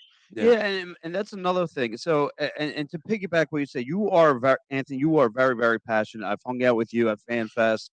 I've hung out you on my birthday at a Flyers game with you and the Tunis. Matter of fact, that was right during the pandemic year, right before the pandemic year. It was February 2020, and like right after that, it was, and obviously the pandemic. But my thing is with you is Anthony, you are pretty much the face of Philadelphia sports Absolutely. talk. I Absolutely. mean, you are one of the head Titans. I mean, hell, you just did a movie with Adam Sandler. What was that like working with Adam Sandler? That was such a good movie too. I mean, he's the best. Yeah, he's a great people. He really is. He was a lot of fun. I get a little insight. It was funny. We were going over the scene. He's like, and the director Jeremiah Zagar is a buddy of mine. He is he's from 7th and South, and or 8th and South, and we lived around the corner from each other, and like just a real Philadelphia guy thrown through. So Adam is like a sports guy like us. Like he loves basketball. We talking hoop, the whole thing, football. The guy's a great guy. He's really down there. So it was funny. We were about to do one of the scenes, and he goes, Anthony, I'm going to be a bit of a dick to you. So don't take personal, okay? Like don't feel bad. He was worried about my feelings, and I was like, dude, I love it. I said, listen, you have at me, right? I go, believe me. I do sports talk radio in Philadelphia. The first time I was ever on the air, dude calls up and goes, "Who's this guy? Sounds like he should be called Pepperoni on 9th Street." And I was like, "No nothing problem, wrong with that, brother. by the way. There's nothing wrong with that. Understand this. Nothing wrong with cutting pepperoni on 9th Street. Hell no. That's awesome. Cause so you got back to Philly because you and I, our lives parallel. We're both from Philly. We're both sports junkies. I've met you, sat with you. And so I remember getting back to Philly from LA and turning into back then 94 IP with you and listening to you and calling in. And one day, this was after the Eagles season. And I said to you, all right, man, take care. I'll talk to you next season. And you like, no, man, call back. Call back. What are you doing? Like, listen, Dave, and this is a truism for all you guys, right? Because I talked to all you guys on the phone, but absolutely, I love talking to our callers and or more than just callers, like Dane. I don't know. We must talk twice a week. We've done sometimes, it for almost 20 years, 20 years, man. Yeah. I'm usually twice a month with you. For a while, I get worried about it. Where's my man? Yeah, right. Well, part of that is me trying to, to build up to the show. But the other thing, my question to you is, and I say this, I piggyback off of Pat, dude. You're one of the reasons we were saying this at the beginning of the show, like to call you and talk although you give us extra minutes. 2 minutes is not enough. Like there are games, cuz no, this is the truth. When I have to talk to you. Yeah. Like I mean, I love the other shows too. We talk to, whoever, but some shows I'm like, I gotta talk to the cuz. And it's like because it's like we have to get it out. Like this you're actually a therapist, Yes, whether you you are. realize it or not, Yes, right? you are. 100%. And so to say two-part question with the Birds. Who do you expect, and you might have alluded to it, for them to play next week? And the other thing is, and we have Bob on talking about this, in regards to the Sixers, our Sixers, and we're going to build, because we like to read, and something you said this week you like to learn. I do too.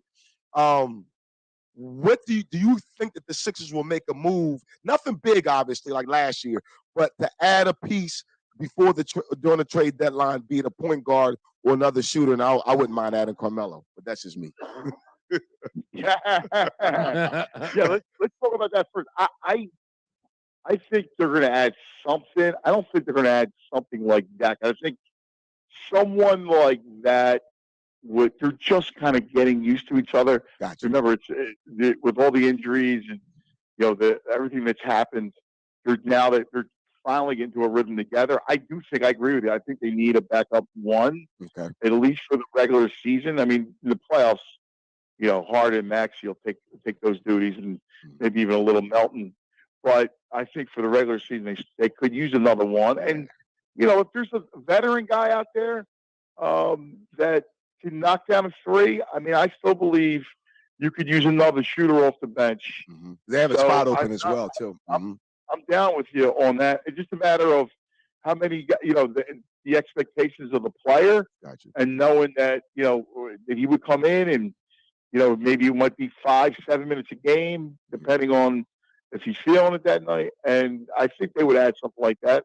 Cool. And I think here's what I like in the playoffs. I think San Francisco wins today. Okay. I think Minnesota beats the Giants. There's a lot of Giants love. Yeah, there is. And I understand it because they played them tough. Yeah. And I love Dable. I think Dable is a terrific coach. But I think what happens is I think Minnesota's got too much for them. They win. Then they go get annihilated by the Niners because they're a paper tiger, especially their defense. Yeah. Their offense got legit, right? But, I think the Niners would be a horrible matchup for them. The Niners roll them. Cousins is Dallas schizophrenic, though. beats Tampa, and then comes here. Eagles annihilate the Cowboys. Eagles San Fran, and it's a great NFC championship. I like what you're saying. So Lane was encouraging yesterday, real quick, to hear what he said after practice. He felt good. Even without the medication, he's looking forward to it. His next rehab. Would you, in the very first play, when they do play next week, call a running play on Lane's side to break the seal? Like, look, this is what we're going to do, letting everybody know he's back and strong. Would that be your first offensive play if you were to in Sirianni? I would. Maybe, but I think I would lean to throwing the football only in this sense. Like, I want Jalen Show. I want him to open up the shoulder. Ooh, okay. And I want to get him an easy throw. Gotcha. Yeah. Okay. I want to get him an easy throw, Goddard, just an easy completion. Yeah. Just to open up the shoulder and start that rhythm. Get that. Listen, he's going to be. He'll be loose, but in game time, I'd like to just see him have an easy completion first and make sure, because everything we all know Lane's a warrior, right? Yeah. I want to make sure that Jalen feels good about his shoulder. Feels confident about his shoulder. I think that's a key thing. Absolutely. And thank you so much for jumping on with us. In closing, I just wanted to say, when you jumped on, I opened with you're on my Mount Rushmore of Philly sports talk hosts, and here's why. Because I feel like you're the guy I'd be standing next to in the deli counter going, did you see that friggin' game last night? And that's how I've been my whole life with sports. I don't want to hear somebody who, is like, not that you're not polished, but I don't want to hear somebody who has a shtick and who's, polished up what he does. I like talking to somebody who I think is like me, and that's why you've always been my favorite, my brother. Yes, Oh, sir. I appreciate that very We much. appreciate You're my you. godfather of blowing. I hope you enjoyed this little role reversal where some of your callers have Love the you chance to talk to you like Yeah, this. you've been in our living room. That was good. Yes, man, absolutely. We love you, brother. Enjoy the sports weekend. It's going to be awesome, man, and we'll listen to you next week. Go Give you a call Birds. next week. Sounds Hank. good, boys. Go Birds. Go Birds. Later, cuz. Congratulations again. Thank you so man. much. fellas. All right, and take it easy, brother. Anthony Gargano from Wow. the 97.5 The What a Fanatic show. Midday Show. What a Guys, show. You have been mixed masters. thank you I want all to salute you, Tom for being Kelly. Yeah, man. part of this. I want to man. salute you Thank and you. Joey, man. You guys had an idea. Pulling I'm what being little, serious, man. You really wow, man. This is awesome. you were over there pulling what little hair you have out. Just because I want to make sure I know. I want to make sure guys have a chance to I didn't say it this time. to express themselves and get their points off and you roll with the callers and one caller it's okay to set that up. Couple callers it's a little it's you know a little bit more work. You need units. We had 8 callers today on the show. Man. And for a 4-hour show who rolls through guys like you and you and you who call in all the time, Right. it's one thing. But we usually make the show flow ourselves. We don't have Right. people on. So That was unique. It was a nice twist today. It was. I a learned nice something. twist. I like learning. now I want to go around the room because my wife's going to kill me if I take any I longer. know, right? You know, and we all got to get our Saturday started. Predictions for the playoffs, for what team's eventually going to face the Eagles and where you think they're going. And I'll start. I respect what Anthony was saying about the Vikings beating the Giants, but I tend to agree with Joe Scores. We were talking earlier. I think the Giants are going to be facing off against the Birds. I think the Birds win. I think we end up playing the Niners, and anything can happen on any given Sunday. That would be an epic battle. So I go Eagles, Giants, Eagles on to the NFC Championship game. Joe Marks, what do you think? We'll go around the table from there. So I'm kind of a little bit in lockstep to a point. I think the road to the Super Bowl for the Eagles goes through the NFC East. I think it's going to be the New York Giants, and then I think in the NFC Championship game to get to the Super Bowl, it's going to be the Dallas Cowboys. And I honestly think that one of the reasons why I really don't have faith in the Niners, so to speak, is because some of the talent that they've played against has not been like of the elite level. Joey, know the percentage to Joey's point is 403. 403 winning percentage. That was the number. So, one of the reasons why I also say that, and I forget which one of our callers brought this up, but the competition in the NFC, in comparison to the AFC, is so much like sometimes NFC teams, especially like the Eagles, don't get tested. Yeah. The AFC teams have been tested. So for me, I think that the Niners fall into that same category. I feel like this guy. Now, I think Brock Purdy is a really good quarterback. I just don't think he's as tightly refined as people are making him out to be. Because I don't think he's been tested. Well, he hasn't faced anything close to a number 2 defense. Right. So my feeling is this. I feel like they'll win the first round. I think they'll beat Seattle. Right. But I don't feel like once they go against a team like the Cowboys possibly, where their defense, like Frank is saying, is going to be pretty vaunted for Brock to deal with. I feel like the Cowboys could win. So I think that the road to the Super Bowl for the Eagles goes through the NFC East. Giants and Cowboys. James Scores. I think the first game's gonna go I think it's gonna be Giants like in the NFC East battle in that first game. But I'm gonna surprise everybody. I think it's gonna be Tampa Bay in the championship game. They're gonna play here at the Lake. Ooh. Well, I don't think they can. I think if Tampa, it would be if Tampa beats, it would be divisional round. Yeah. No.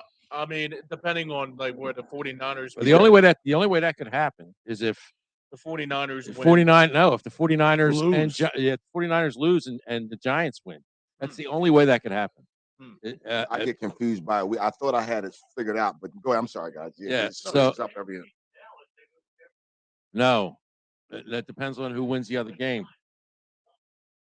Yeah, but if So Minnesota the Eagles wins, play the Minnesota lowest. gets- Eagles play the Minnesota lowest gets seed team. Yes. So That's if the Giants beat Minnesota. Right. If the Giants don't beat Minnesota, Minnesota goes to San Francisco, and we get the winner of the Dallas. he's right. The That's Dallas right. game. Man, it is. Oh, okay. That's Yeah. like the 7 degrees of Kevin Bacon. No, it Yeah. had to get explained to me a few times too, and I'm like, okay, but Yeah, there's a couple scenarios All right, where well, I mean, that's be an interesting 20 years scenario. ago, to that say would the be least. that We're would still running that down would the make fucking that would sidewalk. make for Come on like now. a sea If I change. walk past him, I would tackle him right now, James. Rondé Barber. Anyway, Frank, That's why. predictions for this week. I seem to think the Giants are going to win. I'm feeling it too. It's not that I'm feeling it. I don't believe in Cousins. I just don't believe in him. I think the Giants are going to beat them. I can't see Dallas beating anybody else. I can't. I think that if they win this game, if it's one score at the end, I'm sorry, Tampa Bay's winning the game.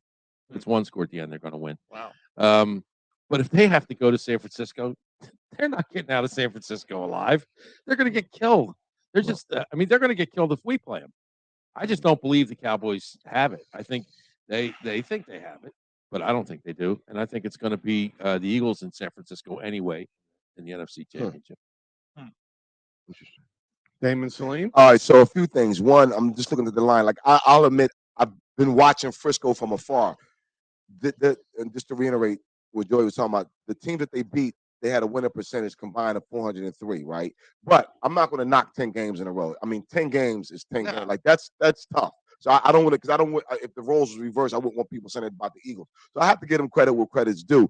What I'm interested to see, like I think they'll beat Seattle today, but they're favored by 9, the 49ers. But I think it'll be a lot closer game than what people are giving the Seahawks credit for. With that said, I'm going to go the opposite way. I think Minnesota beats the Giants. Okay. Yeah. So if that would have happened now, and things stay as they are, Minnesota beats the Giants. 49ers beat the Seahawks, and Tampa Bay, as people are saying, beat the Cowboys. So what happens now? The Giants. We face Tampa Bay. Yeah, we face Tampa Bay. Yeah, I'm thinking that to me is I don't know why it's a weird thing, and then we get to show Todd Bowles that our quarterback can read a defense. That would be funny. I would absolutely love. That would. I would love that. absolutely love that revenge game. And you know why, TK? that would be me fun. knowing you, we're kind of thinking because that kid, number one, he did not forget. No, that. he did not. Yeah. And I know that's been in his crawl the entire offseason when he was preparing. And man, that's just me. I just got. I can see him walking off the field going, "Read this, bitch." That adds to Frank's theory that whoever we face the first game, whoever we face, Hurts is coming to. Oh yeah. He never talked blowing about the that. barn doors off. What's that? He never talked about that. Whatever team comes in. And we're annihilating. But Anybody comes in here, believe we're me, he remembers. I can't read a defense because Yeah. now you're messing with his intelligence. Yep. Like I'm like, whoa, you said that about him? Cool. All right, Pat from Ambler. What is your prediction for prediction? Prediction. No, Bane. That's a great line. Man. I got the Giants going over on the Vikings, despite Gargano. That's just my. I just think don't that believe the Vikings are a fraud team. I just think that Kirk Cousins going to choke. And when they again going against the NFC East, Yeah, the line is 3 points too, Frank. Pat, sorry. when he goes against the NFC East, he always crumbles. So I think the Giants are going to win there. I think that, and I can't believe I'm saying this. I'm going to agree with Joe. I think the Niners upset the Bucks. I think I think the Cowboys upset the Bucks. I think the Cowboys upset the Niners. I think that's your trap game right there. And I think it's us versus Dallas in the NFC Championship. Shades of 1980. Wow. It's going to be an upset today. I just don't know where. On another note, I'm hoping the Jags at least win one. Yeah. I got the Jags winning today. Absolutely. I love Dougie how P's gonna someone pull it out. put that. It's a cute little game. Yeah. And someone said that on the Kincaid show. He's like, it's a cute little game. And then to it's watch. it's the real battle for the Super Bowl. I think it's going to be it's going to be Jalen Hurts versus Pat Mahomes. I love it. That would be a Love great it. Super Bowl. All But right, I have all to right. think it's going to be Buffalo. Predictions are That in. might be Buffalo. Listen, fellas, whip it out, Tom. what a great day today is. Oh man, we had so much fun. I had a blast. Thank you to every guest that jumped on with us. Literally, I'm sitting here because of every guest that has come on that air, and every guy that's sitting across the table from me. That gentleman over there on the couch, Joe. Big Scorza, he's one of the reasons I started listening to sports talk. Big Joe's our guy behind the scenes, folks. He's the man. Thank you all, guys, tuning in. People I like wanted to say one thing before Go you ahead, exit. go ahead. I wanted to thank EOP, Yeah, and I man, wanted to thank thank Al Zafiri. You beat me by 3 seconds. Yeah. Go ahead. And I wanted to thank them because for a little bit, this show was kind of in a bit of a directionless manner. Yeah. And we sat down with Al and we told him what we wanted to do. And Al said, absolutely, the time's yours. Yeah. Kind of. Right. And Joe Sheeran reached out to me and asked if I would come in and sit down. When I seen how close the studios were to my house, I remember you called. it was Grace. Grace was going through some stuff, well, medically, and driving all the way up to Yellow Jacket Media, up your way, Pat, wasn't going to work. I thank Joe Sheeran for reaching out to me for kind of having faith in me that I would come in, and him and Al brought me on. And from the moment, because we were in a little bit of a hiatus with the show, the moment they brought me on, when you bring the show back, when are you bringing the show back? When are you bringing the show back? We're not going to stop asking you when are you bringing the show back. I mean, it was a nonstop Yep. We brought conversation. We brought the show back. We're here. We've been here. Thank you to Al Zafari. Thank you, Al. Thank you, We're Al. going to talk about EO a Sports. fearless leader.